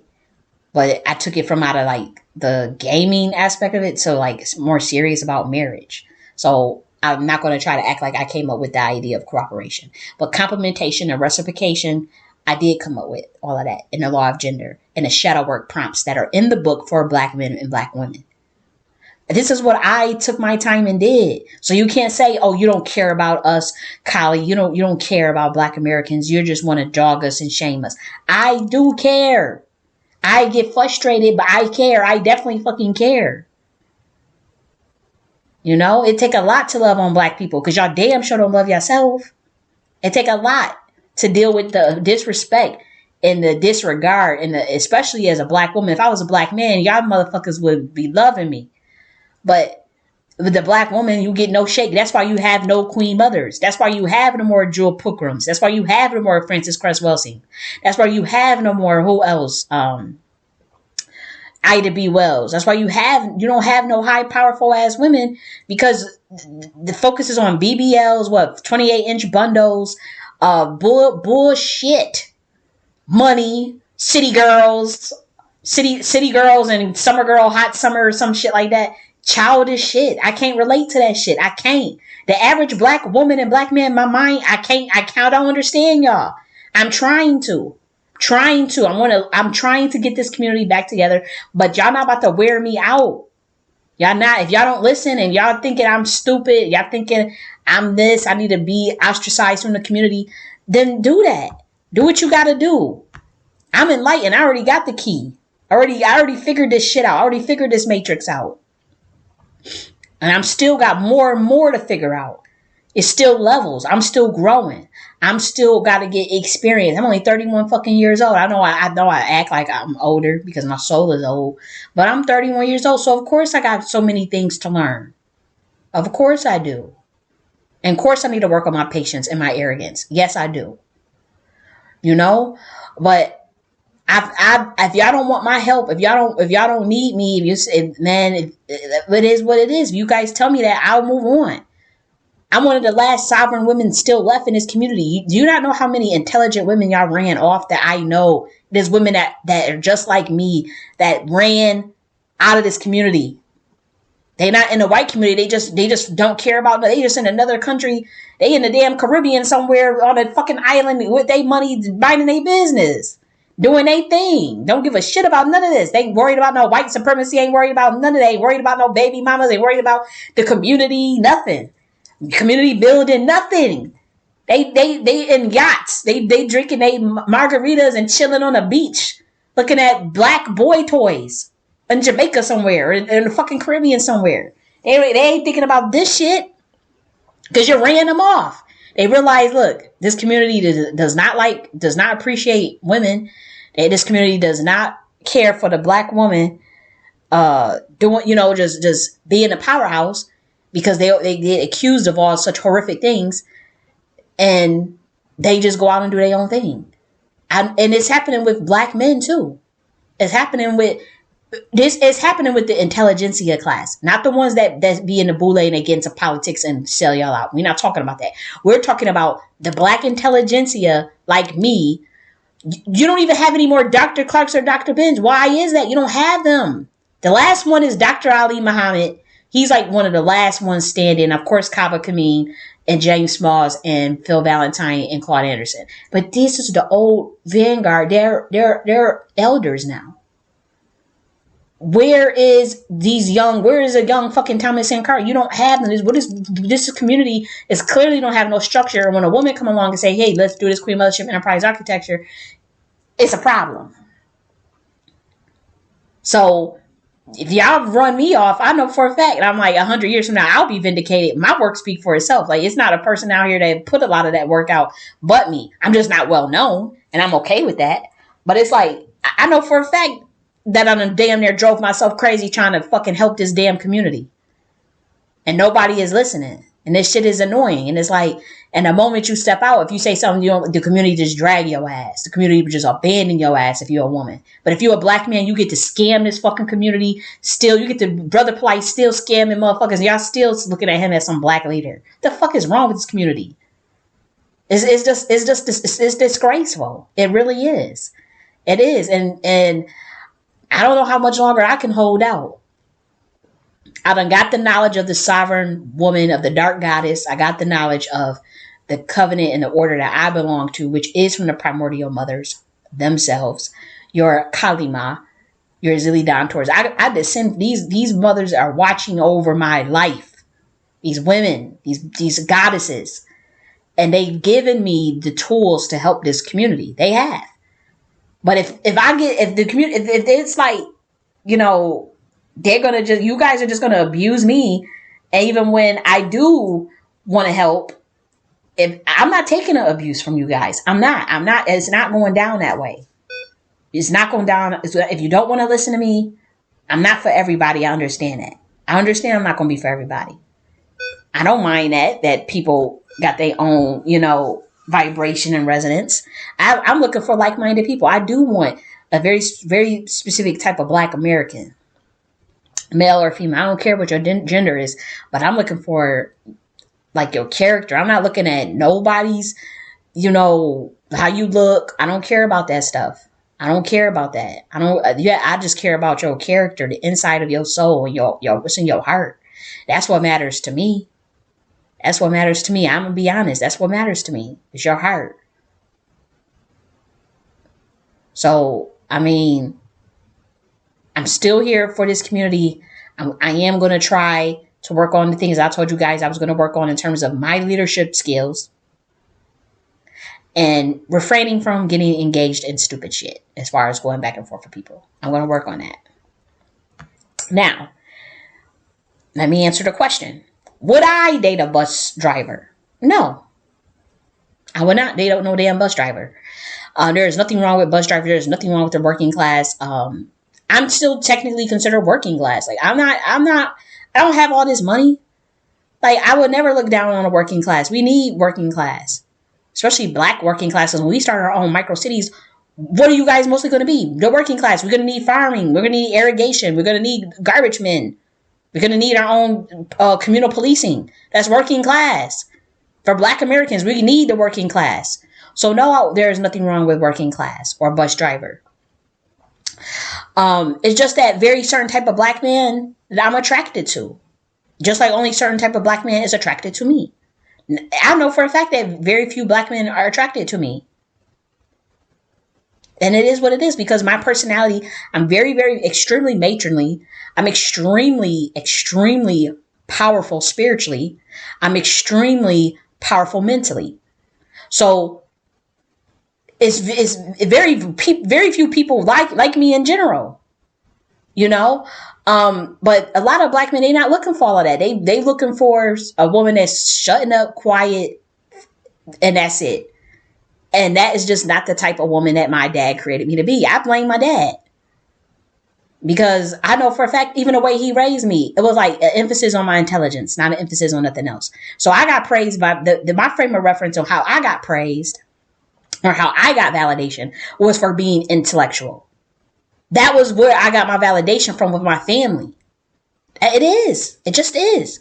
I didn't get validation from nothing else, like for being like good looking or whatever. Or for like having a big butt or having certain looks or not. I didn't get that type of validation from my family for that. Like for instance, like my family will always praise me for being an excellent researcher ever since I was like 5 years old. My family will, ever since I was a young ass kid, like even you could ask my adopted family, my great aunt and my sister that raised me, they praised me for being an excellent researcher. For being a thinker. Like that's what I got praised for. My biological dad, who I was telling you about earlier, praised me for being intellectual. And my dad used to always praise me for that. My mom praised me for that and being spiritual. I didn't get validation so that's my, I don't know how to relate to men outside of that because that's how I related to my dad. My dad did spend hours ever since I was a little kid rambling. I've always been like this. Me talking on YouTube. I used to do this with my family. Like, you know how I'm just talking to y'all right now? Talking to y'all about things. Telling you about like Pedigree and all that stuff. I did that my whole fucking life. This is not new.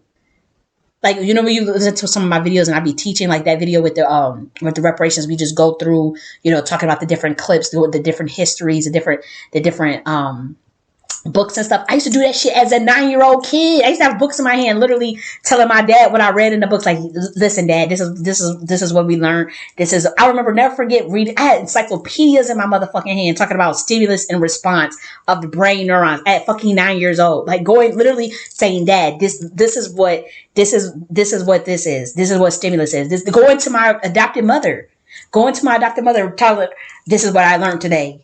This is what I had a science book full of fucking animals, going through the animals saying, this is what I learned. This is what an armadillo is. This is what I remember, never forget teaching them about anteaters. I remember learning about precipitation in a whole room.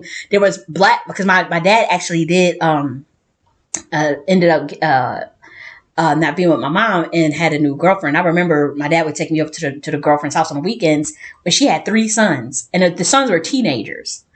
And it was his girlfriend and the 3 sons and my dad and my sister. And I remember teaching them about precipitation of the rain. And it was such a random topic, but I had learned about precipitation. I thought it was so cool. I was like 8 years old. And they were all just listening to me. I remember they were just sitting there listening to me. They were like, oh my gosh, that's okay. They were like, precipitation. And I was telling them, I'm like, what does it mean when it says 80% and all this stuff? And they were just sitting there fucking listening to me for like a long time at that. And it's unfortunate because the 3 sons, they ended up getting killed and murdered. 2 of them, one of them in jail, and the other 2 is dead. You know, so that was just very unfortunate. Or no, one of them is dead. He got murdered, and then the other one did getting his life together. From what I understand, he went out into the country and is working and got a piece of land or some shit like that, and just minding his business with his wife. So that was good. At least one of them got out, but the mother is dead. Yeah, it's an unfortunate situation, but that's how I grew up. You know, so like, that was what my black father, this is what my father appreciated. This is what he wanted. So that's what he got. So I blame him, because as far as like, I was not raised to be a certain way. I was raised to be exactly how I am now. Extremely, extremely spiritual and mentally powerful and intellectual and caring and loving and very matronly. My dad, for whatever reason, he likes very matronly women. I find that very coincidental that the women that even my granddad, I was looking at my granddad, his father's wife, his second wife. I was just looking at pictures of them because he had just died last year. And I'm reviewing shit. And I'm like, this woman, now I'm reading her energy, you know, as a spiritual intuitive, I'm reading her energy. And I'm like, this woman is a fucking powerhouse. And I'm looking at the pictures with them together. And I'm like, and I talk with, you know, my dad. I'm like, it seemed like she was running the show. He said she was. This lady was so powerful. And you could just see that my granddad just was like, it is what it is. I don't know. It was interesting to see, because I was reviewing my genealogy records, and I see that even my own biological grandmother on my mother's side is 15 years older than my grandpa. 15 years older. So it's a bloodline thing. It's just my bloodline is different. No, I'm not trying to dominate no man, it's not about that. I'm just saying that I understand just off the nature and the virtue of my personality, how powerful my personality is, in some of the things that I walk with, the energies that I walk with. I walk with the dark goddess. Like, that is a very powerful energy. Like, men who know, they know, like, oh shit, some men do go after me because they know it comes with a very specific anointing. It comes with a very specific gift that they can benefit from. So some of them do latch on. But for the most part, very few black men they're very, very afraid of the dark goddess. And they're very afraid of Kali Ma energy. So I'm not expecting, you know, a bunch of black men to be in this queen mothership. I'm expecting some of you guys to be in it. And the ones that do, ladies, jump on them. Ladies, the ones that come in this queen mothership, those are the men that you are going to want. because it takes some heavy manhood to really understand what it means to be a son of Mod, and what it means to go into a queen mothership and help your woman build her shit up so that you can have some independence around here. Because once we have our queen mothership and they help us build up our matriarchy, they have independence because they have leadership role, and we can get off this fucking system. We can get off of their timeline because we're trying to verse jump. If you understand look, I'll give you this. There's a movie called Everywhere, Everything, All at Once. And that's about your state of consciousness. There is such a thing as quantum leaping. They called it verse jumping. But we're trying to quantum leap out of white supremacy. Obviously, you have to do that through your action. But that's a state of consciousness as well. It's a state of consciousness. A lot of this reality is determined by understanding that this universe is mental. So once you get the mental part right, we can do this verse jump. And they'll do that. But it requires a shift in consciousness. It absolutely does. So any of the black men that are coming into the queen mothership, ladies, you better know that those are some good men. You better know that. Oh, if you talking about something, okay, where's the good black men? If they in the queen mothership, then you can guarantee that they are some upstanding individuals, that they got some good character. I ain't saying they will have a bunch of money or nothing, because I can't guarantee that. But I do know that as far as the inside, the character, the heart is what matters. And they will be some good men because they are willing to transcend consciousness. They are really ready to move to a higher level in consciousness if they fucking with this queen mothership shit. If they are like, okay, there are some men that write me and they tell me, that little book you wrote about the mantras, he said, I've been manifesting a bunch of shit with what you taught me in that book. Shit work. These are black men's writing me this. And it was so hilarious because he said, he was just shocked. Like, this shit really worked. And this stuff, and again, I'm kind of like a chaos ascended master. I'm kind of like, I'm untrained. I'm not a ceremonial magician. I'm just untrained. So but I intuitively get downloads from what needs to happen and what needs to be done. So he writes me and he says that, them mantras, that shit works. The Nakhti philosophy will work. You want to orient your mind and conquer your subconscious mind and help you better with your manifestation, you get that Nakhti philosophy book. Even if you just want a different outlook on how do you transcend consciousness, a lower level of third dimensional realm. If you want to get to the fifth, sixth, seventh dimension, you read that Nakhti philosophy book. You'll get on the seventh dimension. You get on the sixth dimension. Sure would. It takes some heavy shit. This is heavy ass shit. We're talking about shit that's like 100, 200 years. And I'm not being arrogant. It's just that it's the nature of what I put out. I know what I put out. I know what it didn't even come from me. I'm just a fucking vessel. I'm just a vessel that the dark goddess flowed through. And it's just as simple as that. But if you get these men and they talking about they in the queen mothership and they don't read that Nakhti philosophy, I bet you they ask you on that seventh dimension or higher. I bet you, and it's not about a dimension. It's about your state of consciousness. And I bet you they got a lot of character and heart. Bet you they got a lot of integrity.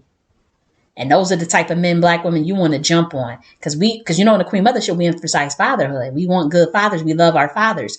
So the black man, he's expected to be a father to his kids in the Queen Mothership. Because we're not hypergamous. So the emphasis on fatherhood is very important. It's very important in the Queen Mothership. And the emphasis on everything that we talked about. Everything,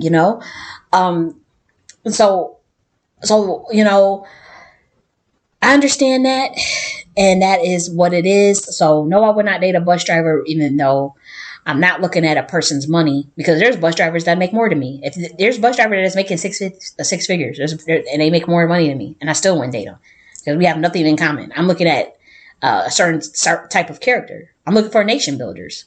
That's who interests me. Niggas like Thomas Sankara. Now that he can get it. Now. He can get it. Now you talking about a groupie?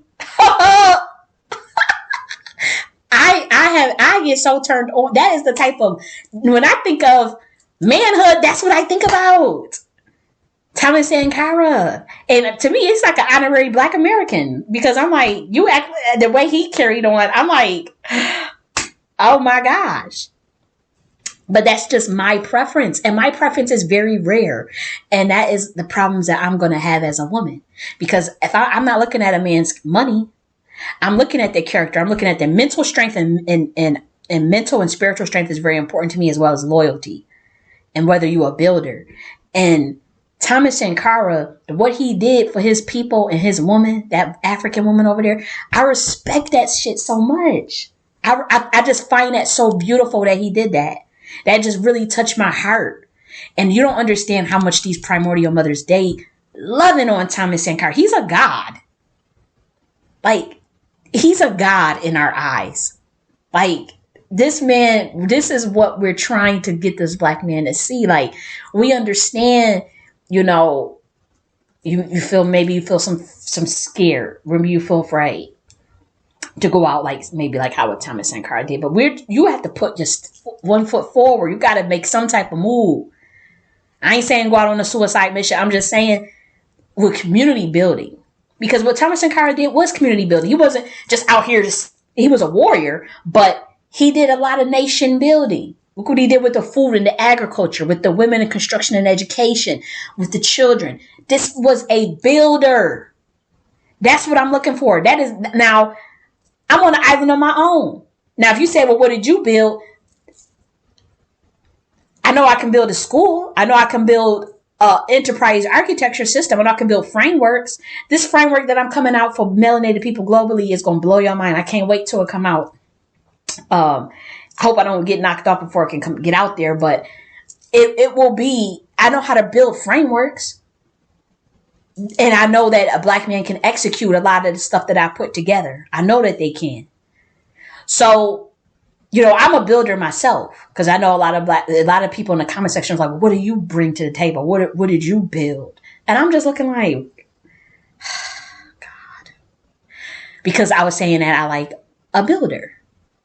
And Thomas Sankara didn't have no motherfucking money.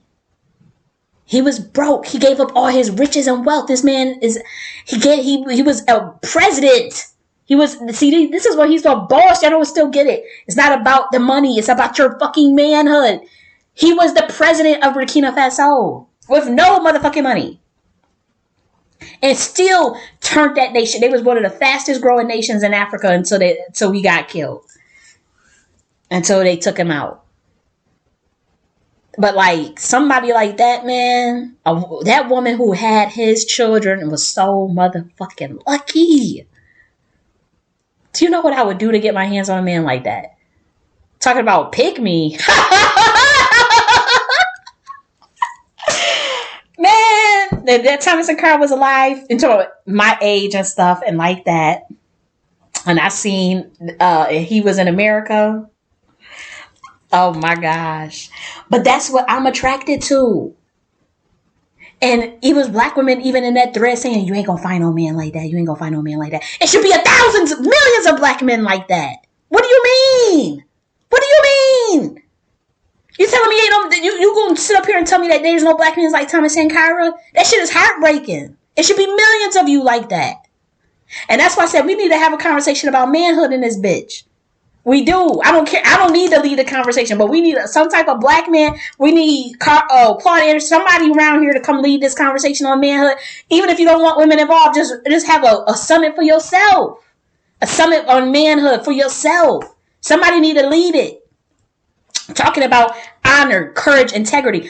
What is manhood based not in white supremacy? What is the black manhood? It looks like what Thomas Sankara did. It looks like what Darren Seals did. That is what manhood is. It looks like what Malcolm X did. It looks like you building your own shit.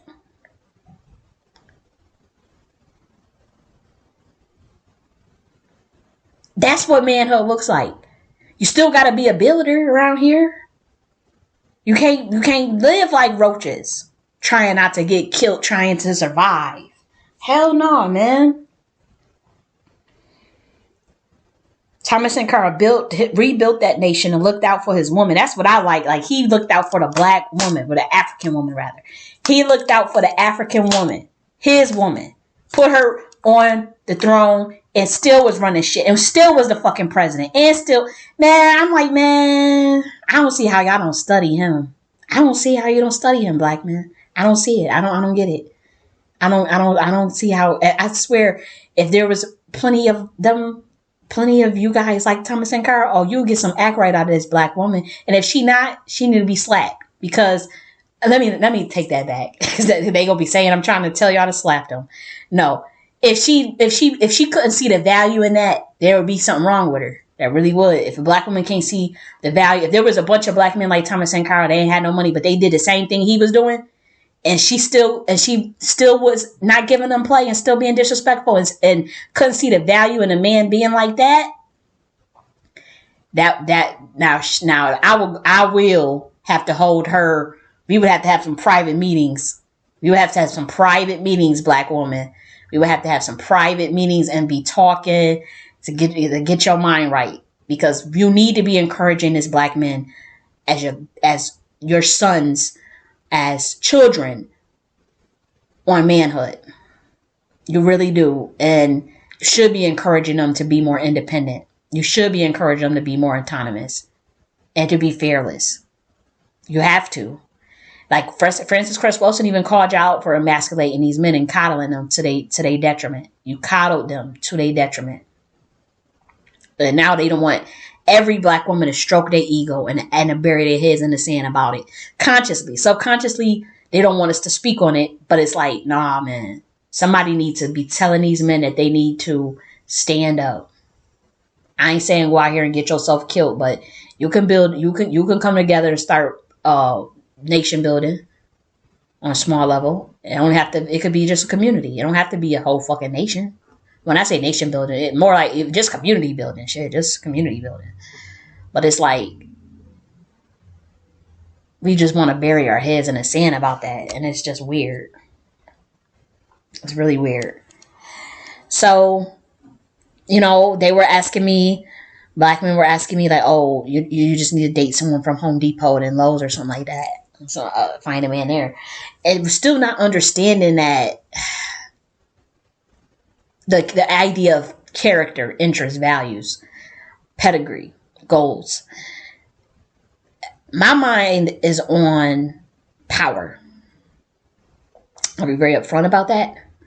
I've been saying that, like, if you look at some of the videos that I've come out with, I talk about how do you get a position of power as a community, as a group. How do you build your power base? I would not be interested in a man that does not have that same value, regardless of how much money they make.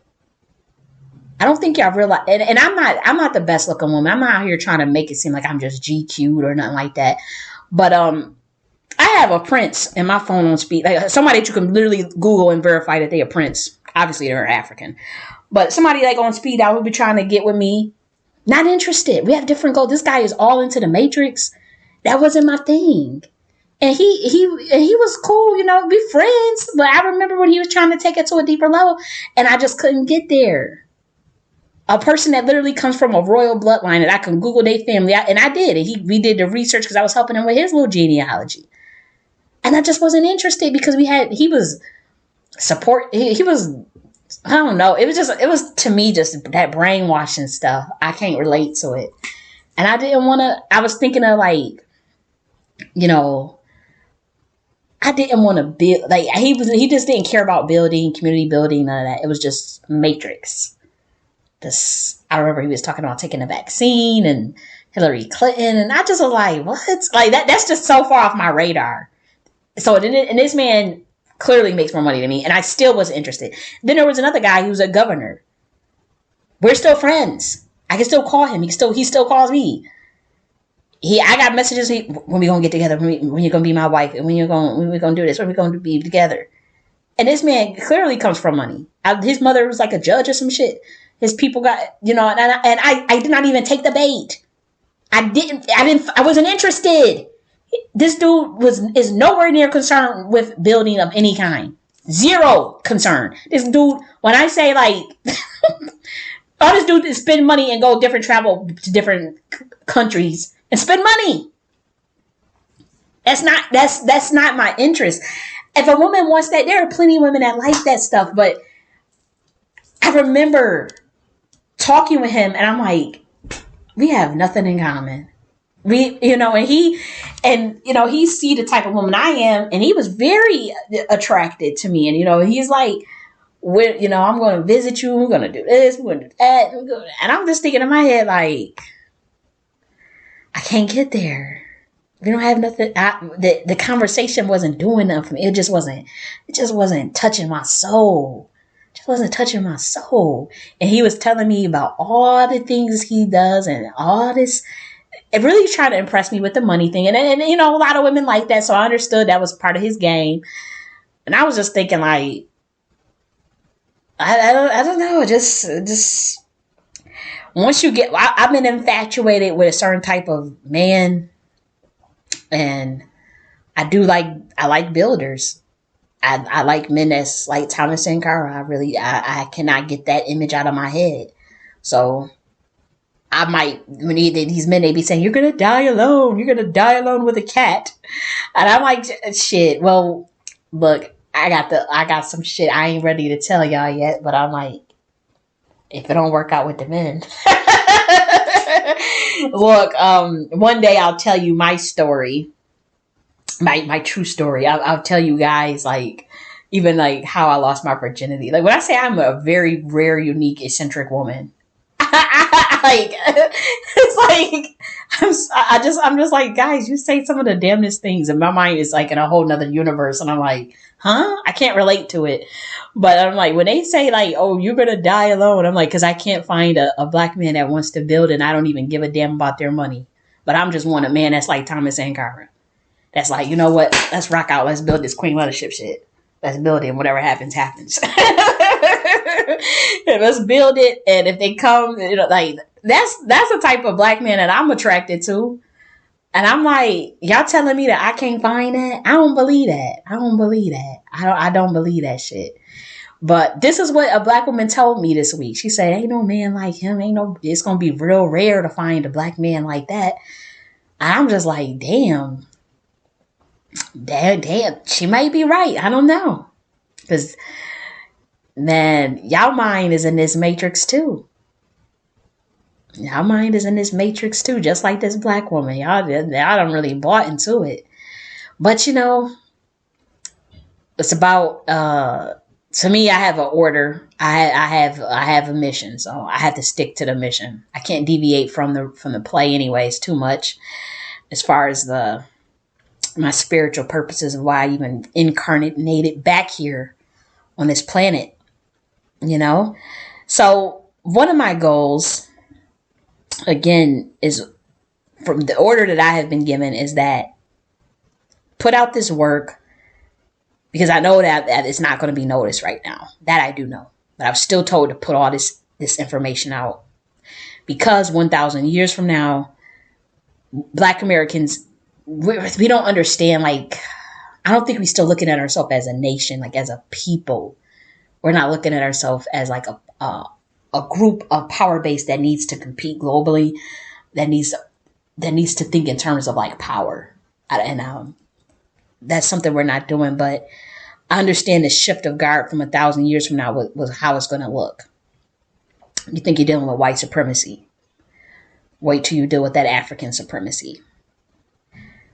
White people are not always going to be in the position of power. They're not. They're losing their power right now. So we're going to go through a little Asian thing.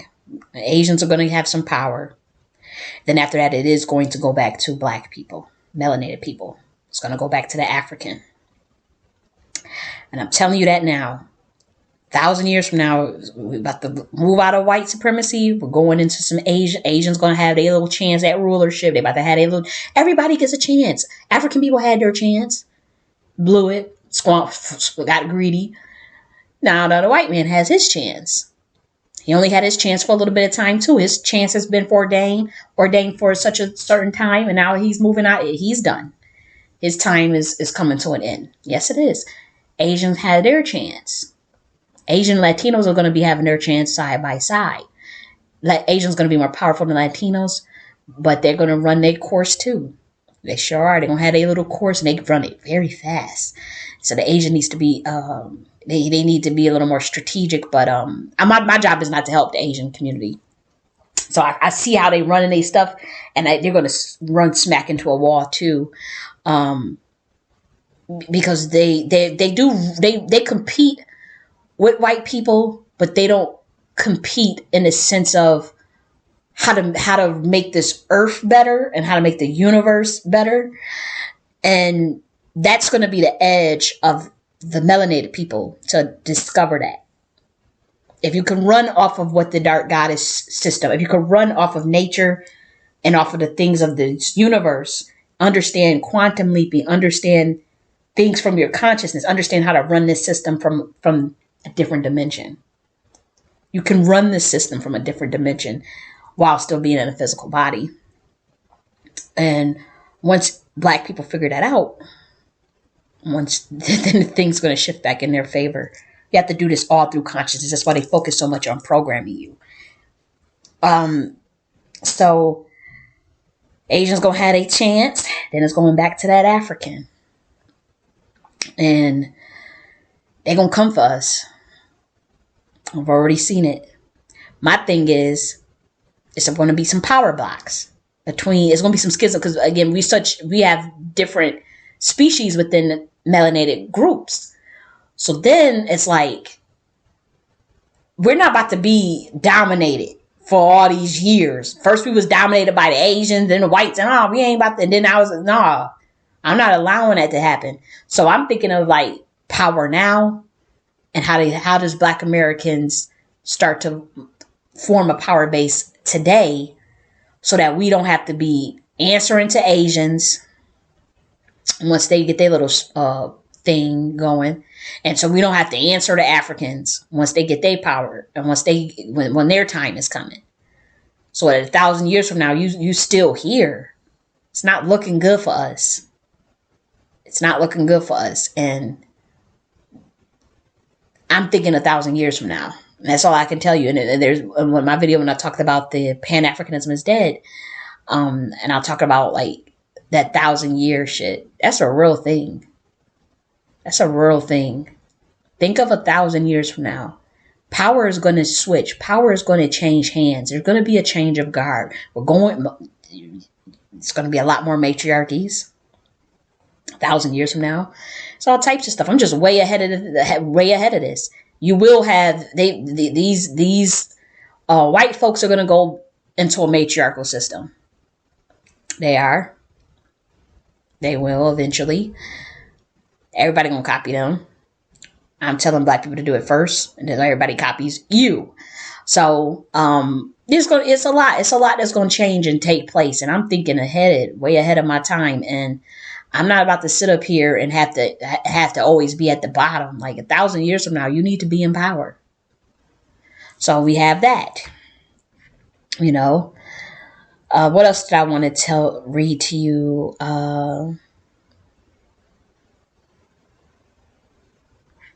Because there's some tweets and stuff. I don't know if this is all important.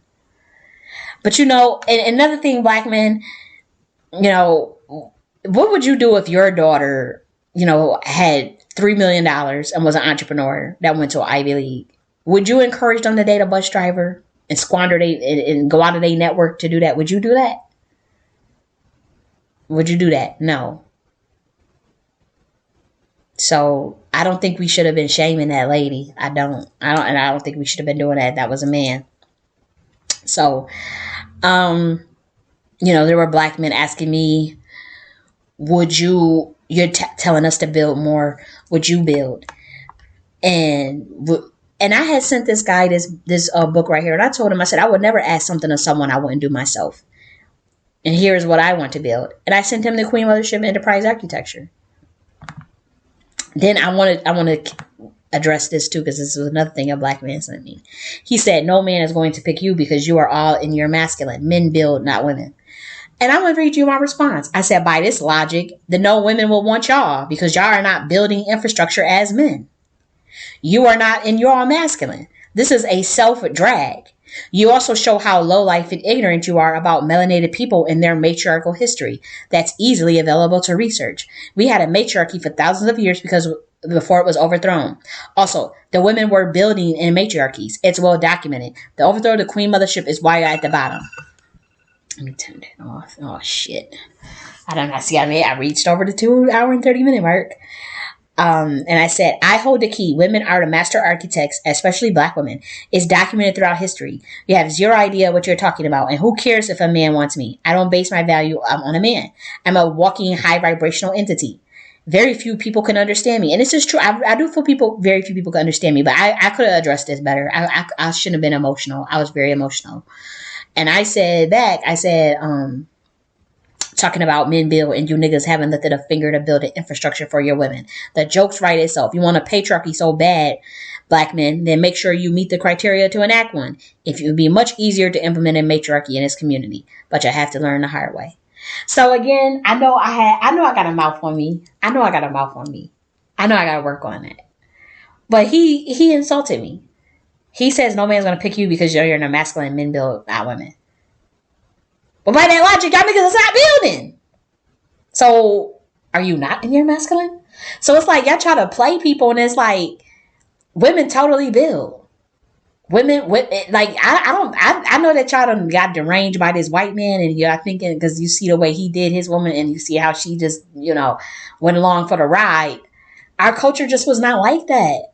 Our culture was just not like that. I don't see how you would want to waste the genius of the black woman to relegate her to such a stupid role. Yeah, I just think that she's supposed to be quiet and shut up. And this is why a lot of these black women are going to this white infrastructure and working up and building up their shit.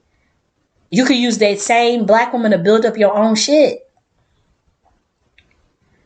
But you want her to be in such this weird submissive role. And it's like a woman that gives birth to you.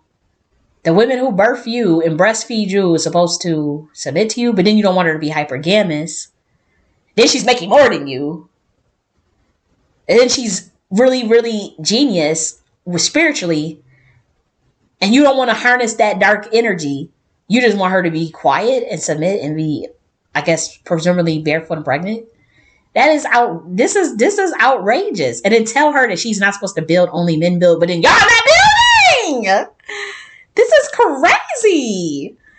And it's like nobody wants to say it because everybody wants to. It's like you got to walk on eggshells with black men, or else you're going to be called feminist and misandrous. And what's the other one? Feminist, misandrous. I forgot the other one. Oh, you hate men. And women, that's the shaming tactic. If you get labeled a feminist, then you're discredited and no one's going to listen to you. The black community won't listen to you if we just label her a feminist. I'm not a fucking feminist. What the fuck is wrong with y'all? So it's like, if we just label her this, you're not supposed to build. I'm like, damn. And then in the same breath, want an egalitarian system.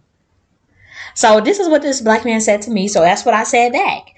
Now I understand that, I have to be more of a leader. I really do. And this is what I want to say. I gotta wrap this up. I really do. If black men, I think if y'all truly listen to my body of work, not in it from a place of ego, but just one day, okay. For those who are ever interested, because I doubt few of you will be even interested. But for those who did say, okay, let's see what this person knew.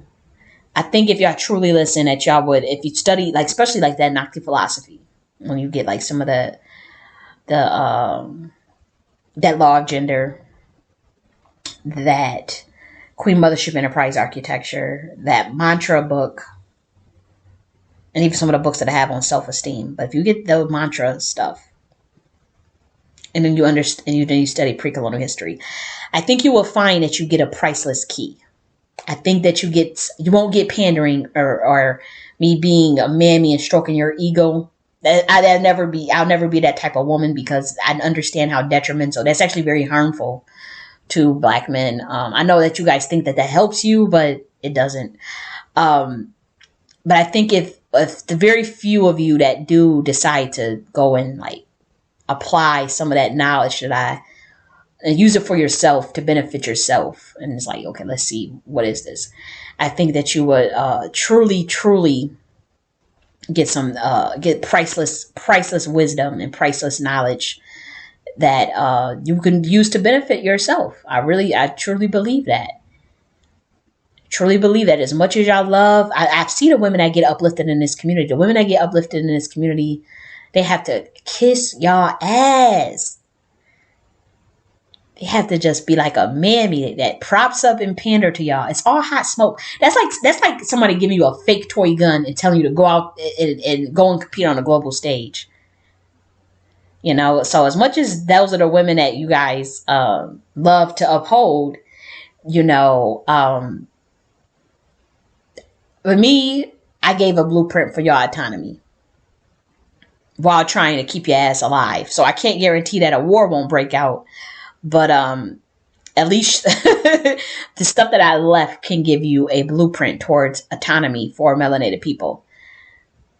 You know, and I think that could be why there's some pushback on me as a person, because perhaps it's like, are you trying to upstage us, or are you trying to upstage my manhood or something? And it's not even like that. It's just more so of like, anybody who's a queen mother, anybody who's a descendant of the dark goddess, or who's sovereign, or who's from a certain realm, you have different types of women species. You have women who come from Eve camp, Lilith camp, Kali Ma's camp, Azali Dantor's camp, Lucifer's camp. These are different women's around here. Mary Magdalene's camp. You have different bloodlines of women that descend from even entities. And you can't put every woman in a box like that, because you have the divine feminine, you have the light feminine, and the dark. And this community hates the divine dark feminine. And that is the key to your power. And that's the part that I can't wait till y'all finally wake up and see. I don't know if it's going to be 500 years from now, 100 years from now, 200 years from now. But that is the key to your power. And I'm talking to black women right now. The dark feminine, the divine dark feminine. No, we're not talking about this, this, because I know right now it's like this shallow stuff with like, everybody wants to be a daughter of Oshun and all this stuff. I'm not talking about that. We're talking about a certain set of consciousness. You will know what side you descend from. You will know what entities you descend from if you do the work as black women. What type of woman are you? See, the community, the black men want you to only focus on the light. They want to put every black woman inside of the light feminine. Some of you just naturally are not like that. Very, very few black women in general are be very hard pressed to get them to put them in that box. So with me, I do come from the dark divine feminine. I don't hide that. I can't relate to some. That's why my mind, my thinking is so different. My thinking is so different. I have an INTJ personality. That's 0.3% of the world's women fall into that category. 0.3% of the women fall into an INTJ personality type. But that is my personality type. That is, so yeah, go figure. But, that would be the key, black women. I know these black men are trying to get you to stay into a certain set of consciousness, but I wouldn't listen to that if I was you. As far as power, and if black men themselves, those who know, black men who know, they know, and these black men are up here secretly worshiping the dark goddess and all in that, but then they got a walking personification of the dark goddess in front of them, and they degrade that and downplay and suppress that. And that's insanity to me. And telling them that they have to submit. Go tell Azili Dantor to go submit to you and see what the fuck happened to your stupid ass. Go tell Kalima, go submit. Go tell these primordial mothers as black men that you want them to submit to you and see what the hell happened to you. And see, I know everybody's brainwashed and think that in Christianity and God is a black male, God is a male, it's a he, and all this stuff. I'm like, damn, it's so backwards on this planet. It's depressing. This is what I would say. Everybody gonna get a rude awakening. Everybody gonna get a rude awakening. And we're in the age of Saturn, and we're in the age of Aquarius. We're in the age of the crone mother. And I'm just like, from what I see and how I see this community, just how they relate to one another as women and men, it's crazy. I just don't get it. I just don't get it. Sometimes I'm like, damn, everything I'm doing is in vain, and I'm just have to eat what's it called? Eat crow. I'm gonna have to eat crow, and my master teachers and are gonna be right. They're gonna be right in terms of them being sovereign and focusing on their self, and they have left the black community because the black community doesn't listen to them, and the black community does not honor the dark divine feminine. So the women that's a part of the dark divine feminine that come from the dark goddess, they actually leave the black community because they realize it's just no point because nobody listens to us. And I got a feeling that if I have to eat crow, I will eat crow. If all this work that I did and I end up and I end up just like it end up for nothing, then that's just like a fate that I would have to accept, because I did get this knowledge from the divine dark feminine. I did get an order from them, but at the same time, there are other women that are just like me, that are just as intelligent, that just like, what are you doing, Jenny? Like, what are you doing? There's no way that community is going to listen to you. That community is done. That community does not care about nothing that you're talking about. So you're wasting your time.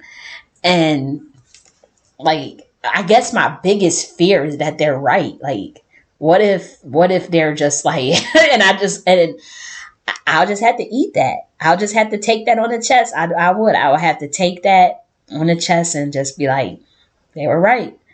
But right now, I'm going to ask the dark goddess to cover me more and to give me the strength to keep going, because there are a couple more things that I want to do, a couple more things that I want to give to the community before I make a pivot.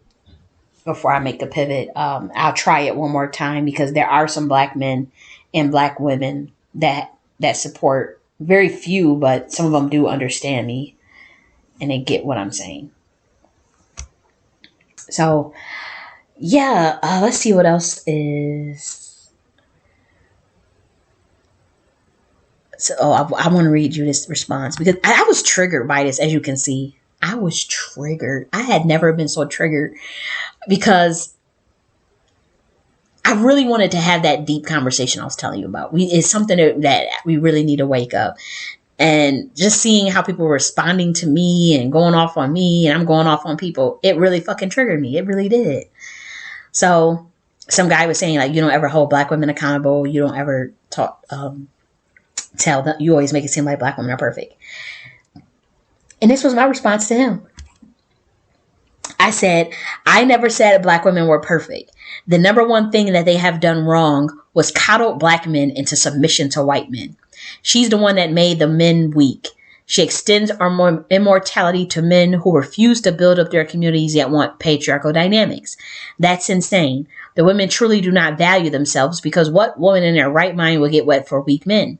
She should be encouraging y'all to build and building out those processes with you guys. Y'all can hate me as much as y'all want, but I'm the only woman on the planet that built out processes and systems and structures for black Americans to have more autonomy and independence.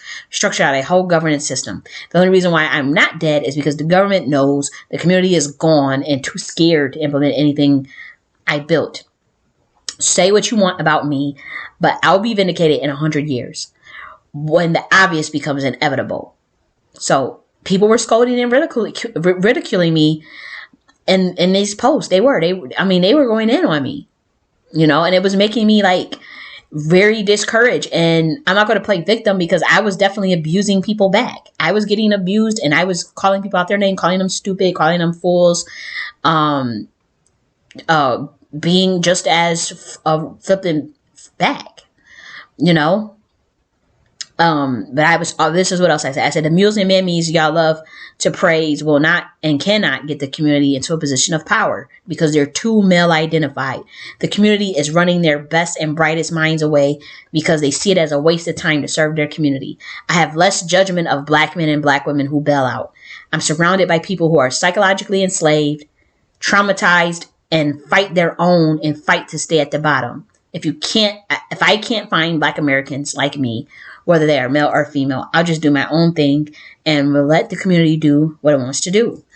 And I was just saying that, like, y'all are running some very powerful people away from this community, from helping y'all. I've met them. I know them.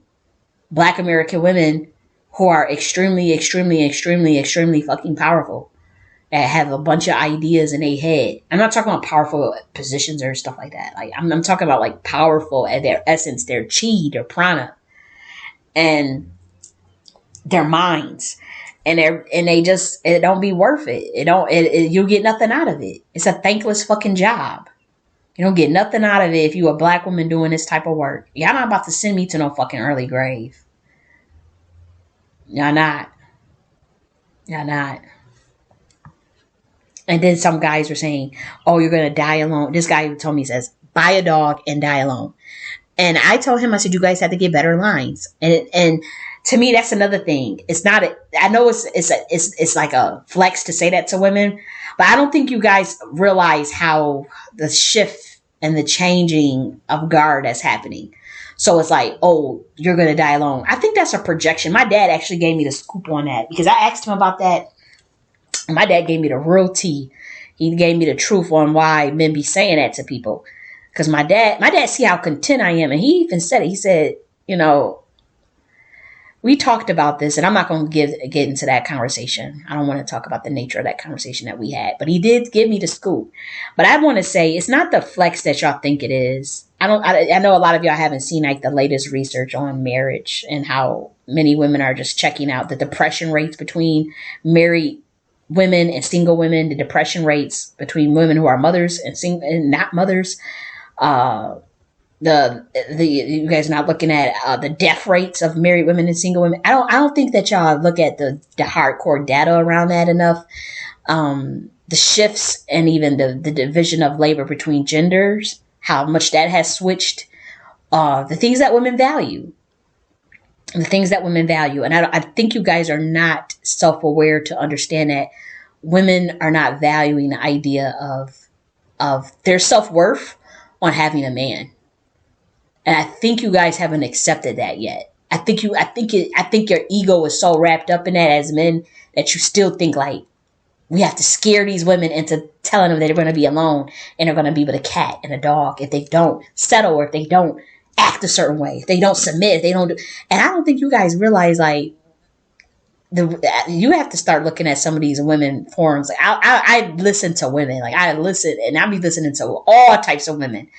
And if you look at the latest research, it wasn't just for black women. It was for white women, Asian women in general. If you look at the shifts, It's not just black women too. If you look at the shift in of single women by choice, to be a single by choice, and women opting out of marriage. Most of the divorces are filed by women. Women die quicker in a marriage. Women are more depressed in marriage than men are. I think that you guys need to stop projecting this die alone thing. I really think and I think you underestimate how women build networks, how women can build networks with one another. In the event that they are widowed or old and elder and alone, and how there's women like building whole villages for themselves for those reasons. There's women secret societies that just look out for one another in old age. Like my aunt, she has women looking out for her. She's an elder and she's alone. She was married, but her husband died, and they got divorced, and her husband died. But she has a network of women looking out for her in her old ass age. Like, seriously, a woman, literally, another woman is cooking for her every day and bringing her food, taking her, other women taking her to the doctors and shit. Oh, just die alone thing. This lady is very content by her motherfucking self. Because you got the wisdom, you know, you're a grown mother in your 80s. It's like, you kind of have a different outlook on life. And I see how she chills. She owns her house outright. She got her TV, got her internet, chilling. You know, I send her desserts. And she like banana pudding. I sent her some banana puddings and shit. Sent her some ice creams and stuff, you know, through the little Instacart and DoorDash and stuff. I'll be sending her stuff. And she be chilling. You know, chilling. And you know, even with other women that I know, it's a lot of women that are being single by choice. These women they living their little life now. And I just be looking and I'm like, I don't think men get it. I don't think that, and I know a lot of you guys love these mammies and those type of women or whatever. But like, I don't think y'all have the self-awareness to see what the hell is happening. I really don't think you guys don't understand. The sex is not even that good. The dick don't even be good. It's like, we don't even give it. Then you tell us that you don't want us to be hypergamous. So then you got these women that are making these kind of money or whatever. And yeah, they may value money. You know, I'm not, whatever. That's they thing. And they don't want children. These women don't want to be boggled down with fucking children crying and changing diapers. And it's like, when you tell them that they're going to be alone with a cat, it doesn't do anything. I don't think you guys realize that that's not really the flex. It's not the insult that you think it is, compared to the 72% chance of them being a baby mama, being a single mother. You have the black community has a 39% marriage rate. So what incentive would there like the chances of a black woman, even if she does give it a black man, that has this man who makes less than her, stressing her out, got multiple baby mamas. Like, that don't sound fucking appealing to me. 39% chance of getting married. 72% chance of single mother. And then, have you seen the research about the Brookings research about how, I ain't gonna go there. I ain't gonna say it. 65% chance of increase in poverty I'm not gonna do it. I'm going to come to the table being high level. But man, it's really not an incentive.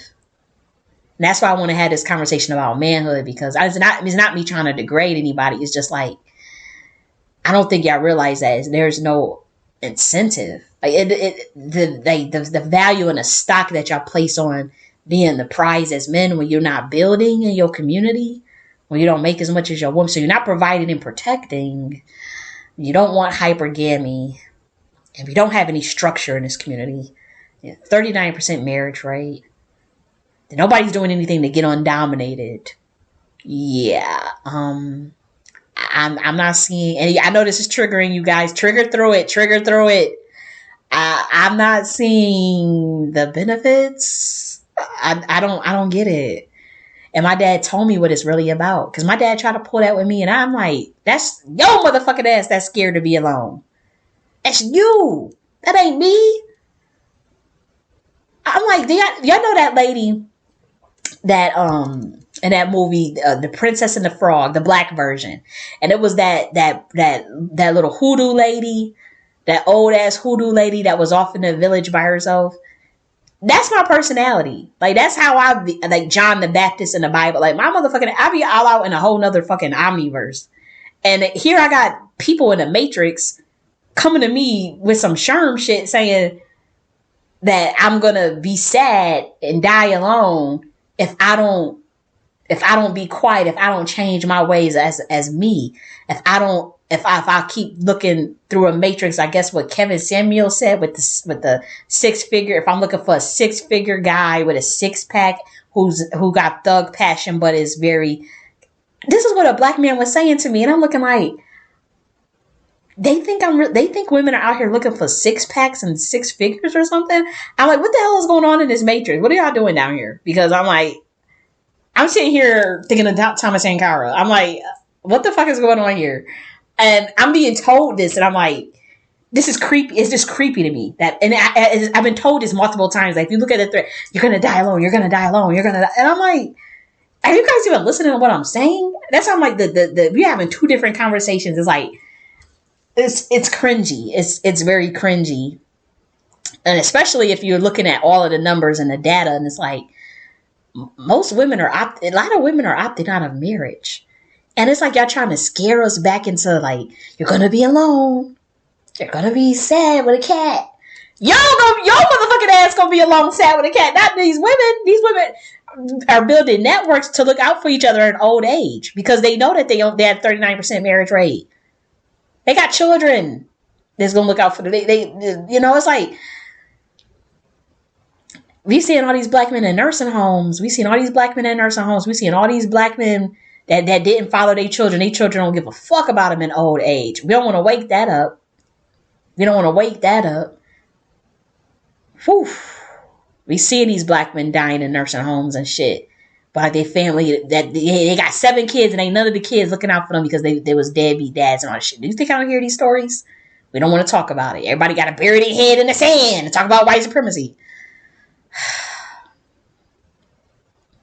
Okay. I got to do some self-reflecting. There's going to be some self-reflection around these parts for everybody, including myself, because it's this stuff that we keep seeing, it's lacking introspection. So black men, I know that's your favorite go-to line. You're going to die alone. You're going to die. And who died alone? That y'all didn't Kevin Samuels died on top of that weird Latina lady. Died alone. Look at how his funeral panned out. What was high value about that funeral? And I know that y'all love it. Oh, you're saying it about a black man. Oh my gosh. Look. He was telling y'all that stuff. Y'all listen to that stuff and y'all keep trying to make it seem like he was right. But the marriage rates are not increased in this community. And you talking about hypergamy. If you want women to lower her standards for hypergamy and not be hypergamous and not look for 6 figures and all this stuff, because most of the men are average, as you say, and all this stuff, man, don't get mad when a woman comes to the forefront with some standards for you as a man. Shouldn't you be building? How you get mad at how you have all these standards for women? You tell them you can't be single mothers. You tell them they gotta be fit. You tell them they gotta be friendly. You tell them they gotta be feminine. You tell them they can't. They gotta submit. They can't make more money than you. They can't be educated. What the hell? And then, but no standards for you as men. And then when we talk about provide and protect, you said you don't want to provide or protect because the women need to protect. You need to go 50-50 on everything. What incentive do y'all bring to the table? What exactly is a woman getting out of it? But a baby mama. Oh, I can't stand that shit. Like this baby mama shit. I can hate that shit. That's all she getting out of it is being a fucking baby mama. She's not even getting a wife out of it. She ain't even getting a house out of that. Who gonna sign up for that? And that's why y'all keep trying to scare her and you're gonna die alone. Man, y'all are not the flex. The dick is not even good anymore. The dick don't even be good. The dick is low vibrational as fuck. You're not reaching or knowing how to open up a woman's chakra because your vibration is so low and you have so much self-hatred. So when you're sleeping with a woman, she can feel that shit. That's why I don't be getting to my sex life, but the vibration be low as fuck. You could feel that shit through the penis. And that is, it's like the sperm is dead, it's battery acid because they have no God. Their God consciousness is closed. God consciousness is closed. And you want to fucking blow the brains out of the black woman's God consciousness too, apparently. And I'm like, I don't see the incentive. I really don't.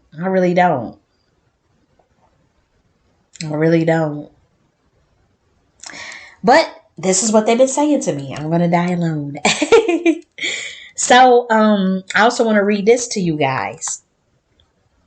This person says, that's hilarious. Oh, this is what this black man said to me. That's hilarious, being that a white, Asian, or Hispanic can marry a black man and be just fine. Before you quote these fake IR divorce stats, make sure it comes with a legit source with it. You all claim you don't have anything, but a non-black woman can push a black man to be great. See?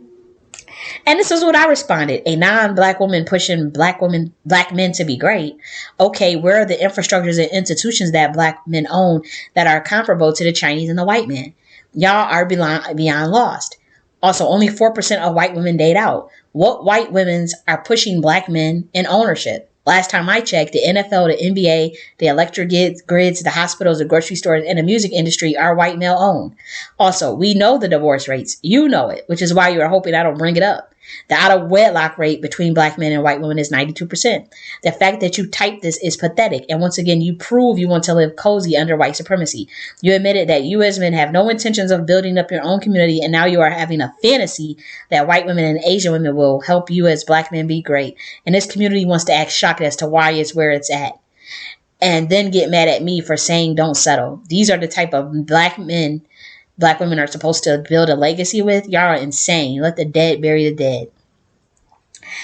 And yeah, that was harsh words. Once again, I know I got a mouth on me. I said that shit because this black man literally sat up here and said that white women's, non-black women's are going to make black men great. Mind you, white women only date out 4%. Black date only 4% of the white woman is dating a black man. Like, that is crazy for a black man to come to me and say some shit like that. That another woman that helped set they man up to conquer your ass is going to help you be great. And you dominated by they man. But they going to help you be great. They going to overthrow white supremacy with you. And that's what this black man said to me. So I went off on him. Because that is ridiculous. That is ridiculous. I wanted to share to you guys, like, the mindset of the people I was dealing with in terms of, like, why was I going off on them people like that? This man sat up there and told me that that another group of women who don't even really be checking for their ass is going to help them be great. When we don't see no ownership, they still own everything. So when I say, like, you know, like, with me, when I'm talking about these high level conversations, I'm dealing with people like that. And I don't know how to me, that's so debased. So I just feel like I just go off on them. And maybe I need to work on not engaging in it at all. I could have just ignored that. I could have just ignored that low level consciousness. That is such a low level way of thinking. And I got in the mud and went off on that person. And I probably should have just ignored them. But I wanted to tell y'all, like, this is how black men are thinking. And when we talk about manhood and stuff, nobody want to have that discussion. Umar Johnson, we need you to have a summit on manhood. Well, I don't know if you're the best candidate for it. I don't know. But I mean, you don't, at least you do put a bet your foot forward, you know, and talking about our community and helping our community, helping black American children and black children. So, and you do talk about holding black men up to higher standards. So, y'all need to have some type of summit around here. Y'all do. We need Minister Farrakhan to have to be as one of the speakers or something, and it just need to be just for y'all. And y'all need to host summit, and it just need to be just for black men. I'm thinking of, like, you need Rizza Islam, you need Minister Farrakhan, Umar Johnson. Who else? You need some black businessmen that's really about that life.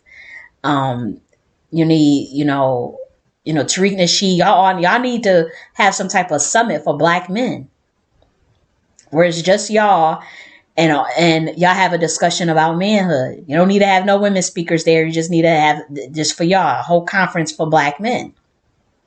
And you need to come together and work together. All this beefing, you don't like this person, you need to put that all to the side and really have a conversation about manhood, about integrity, about honor, about courage, about building, nation building, about children, about the children, about the women, and you guys need to have that discussion. And I think that would be great. I think that really would. That would be my answer to, because I already know a woman should not be leading the discussion on manhood, just like a man should be the leading discussion on womanhood. So that's why I'm like, I see it as somebody that's a queen mother. I can see that this is what needs to happen, but I don't want to be the one obviously leading that. I do think that elders in this community, we need Kaba Kamin. He needs to be there. Y'all need a summit, a manhood summit. Oh, I think Kawakami would be a great. Oh, there's another one. Let me get his name. What is this man's name? He was just talking about the Ankh. He was really, because we need some of these men with some of this esoteric knowledge. We need some of these men that know some shit too about the dark goddess. So I need to get what is that guy's name? I need to he's an elder too. He looks like he's in his 70s, but this was my first time listening to him. And I was really, really. I had to learn something. Let me see if I can find it real quick, because I got to wrap this up. I've been talking forever.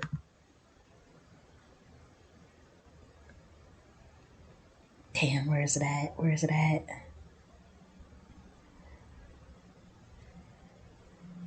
Okay.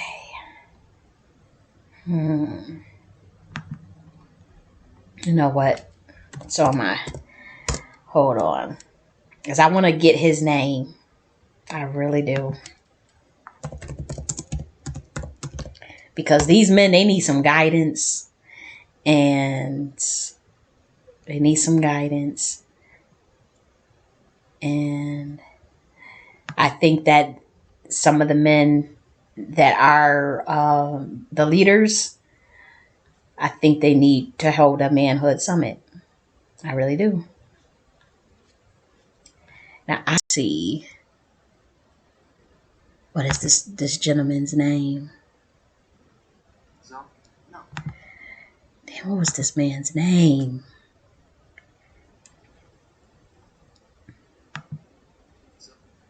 What is this? Okay.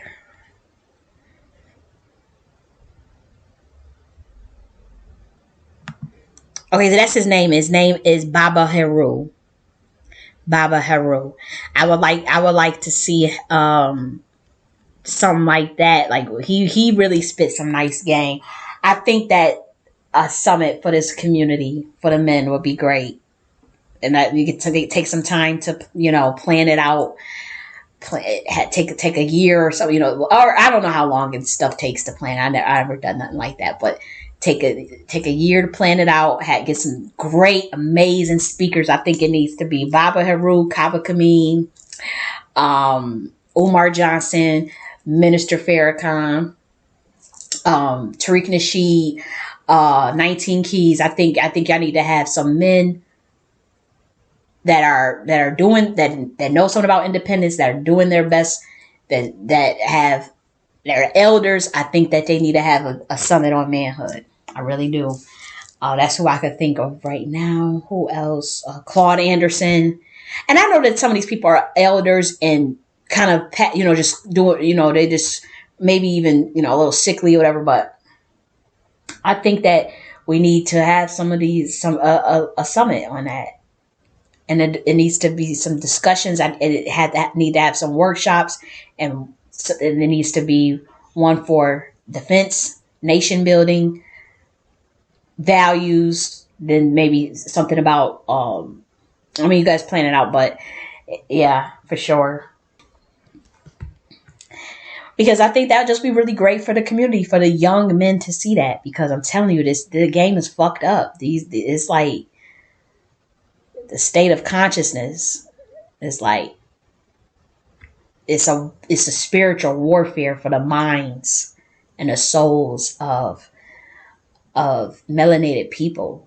It's a spiritual war. It's a spiritual war, and every day is inundated with a war in your consciousness to take you off of the distraction. To take you off of your evolution, to take you off of your mission. And it kind of looked like they succeeding, the powers that be in this matrix is succeeding against and the many people. They have taken an oath to uphold this matrix and to uphold this system. So I'm like, I don't know, I don't get it. But yeah. We'll move on from that and let me see, because I need to really wrap this up. So a lot of these comments from Black men that I also noticed was that they were matriarchal, that they were Black men wanting Black women to get rid of hypergamy. Like, there were some Black men asking me, do you believe if a man makes six figures, he should only pursue women who make six figures? Because I know you said the opposite about. I think that people should look for people who make the same amount as them if they think that's a value. If they think that that's what's important. Absolutely. Absolutely. Why not? If it's a man that don't want to date outside of his pedigree, he has that right. Absolutely. Then another one said, men have been getting what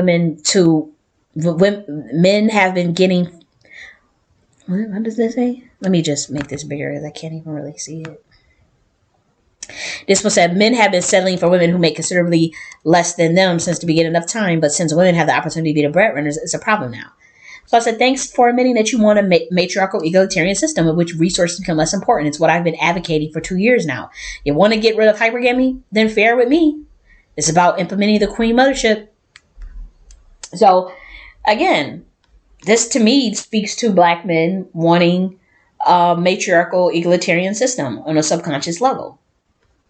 On a subconscious level, if you're asking women to get rid of hypergamy, and the reason why these Black women, she wants, I guess she does put Black masculinity into a box because she wants it to be emulated after what white patriarchs are doing, and that is why that's the part that she's doing wrong. Just like how you're doing some things that are wrong, she's doing some things that are wrong as well. And that's one of them. Modeling masculinity after white people and their system. She got to stop.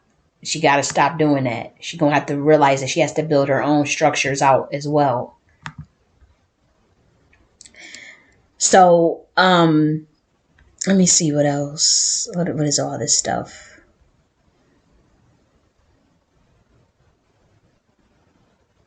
Okay, that's a little low vibration. I'm trying to have a high vibration in here.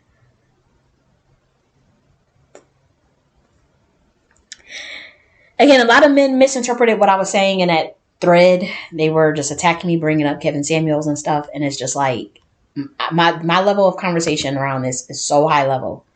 And it's not based on this matrix. The thing with Kevin Samuels' messages is matrix based. It's not based off his own system. It's not based off of anything that leads to Black male empowerment or autonomy. It's very shallow, surface level shit. And I know you guys think that that's what you needed. That's what's going to work. Not in the age of Saturn and the age of Aquarius with the age of the crone mother. Not in the age of the dark goddess. That shit is not going to work. Not even remotely. So, you guys have to learn that the hard way. And I do think that, let me see if I need to read this one. Because there's somebody, I didn't like how people were misinterpreting my points. You know what? I'm not going to read that. Because I pretty much made my point that I wanted to say. A lot of people misinterpret my points. I need to work on my delivery. I need to work on not engaging in low-level conversations. I also need to work on patience. Stop being insulting when people, I just have to learn to manage my emotions better. But that is what I wanted to talk about in this video. The biggest thing that I want you to walk away knowing is that as far as picking mates, you should focus on their values, their interests, their character and goals, and their pedigree when determining your family legacy. In particular, remember to approach family building as a meticulous science that goes for even the way you procreate. Make sure you the woman that you get with, the man that you get with, this is some, and you think of if you had a kid with them, what kind of manifestation would you be bringing into this third dimension or to this fifth dimension, however you want to look at it, if you was to get that person pregnant and they was supposed to, they were to have your child? You need to think about that. Another thing that I want you guys to consider is to understand that your pedigree is your social capital, your class, your education, your family, your upbringing, your network. And it's not equate to money, but it is a real factor in determining, a partner. The next thing is to understand the differences between patriarchy and matriarchy, what is required of both. If you want hypergamy, that is usually a factor, a hallmark in patriarchy. If the men don't want hypergamy, then they don't want a patriarchy. It's as simple as that. That's just common sense. So I do want the community to start to think of like, well, what is our gendered social structure? Should we be modeling it after our own systems and not other people's systems? So that's something that you should be considering. Consider then the discussion of manhood, how men want to be more reflective and self-reflective on how manhood is not tied to money, how it's not tied to the matrix, how it's tied to things that are much, much deeper in terms of character, your mental strength, your physical strength. Are you loyal to your community and to your women and to your children? Fatherhood, your integrity, your honor, your courage, those things. That's something that I think that men need to, again, do a summit on and discuss. I think that Black women, we need to also have our own summits as well on womanhood, how we're tying how we're viewing masculinity through white infrastructure. I think that's very damaging. Also, reframing the mind of the divine dark feminine and the light feminine.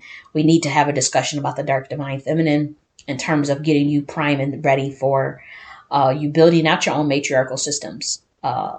You need some training on that as women, because the brainwashing is so bad. The brainwashing is so bad where you think as women that you need this patriarchal system as well. Like you want a patriarchal system as well, when it's not benefiting you, when you have a 39% marriage rate, and when the men are literally telling you that they do not want hypergamy. The men are literally telling you that they don't want hypergamy. And so you have the biggest incentive to do a queen mothership architecture system. You do. And yes, and that's what I want to talk about. I wanted to remember the conversation about familial governance, gender social structures, and structural relationship dynamics. We covered that. I elaborated on my points about how I need to work on some of the things as far as my leadership style, and I apologize to Black bus drivers. I'm sorry, bus drivers in general for saying about the baby mamas and the felons. That was wrong. I apologize to Black women for calling them simple-minded. That was wrong. And I apologize to Black men for shaming them as a way to try to change their behavior. That is a very poor tactic to use. So that is where I want to leave off with the video, and I will talk to you guys later. Bye.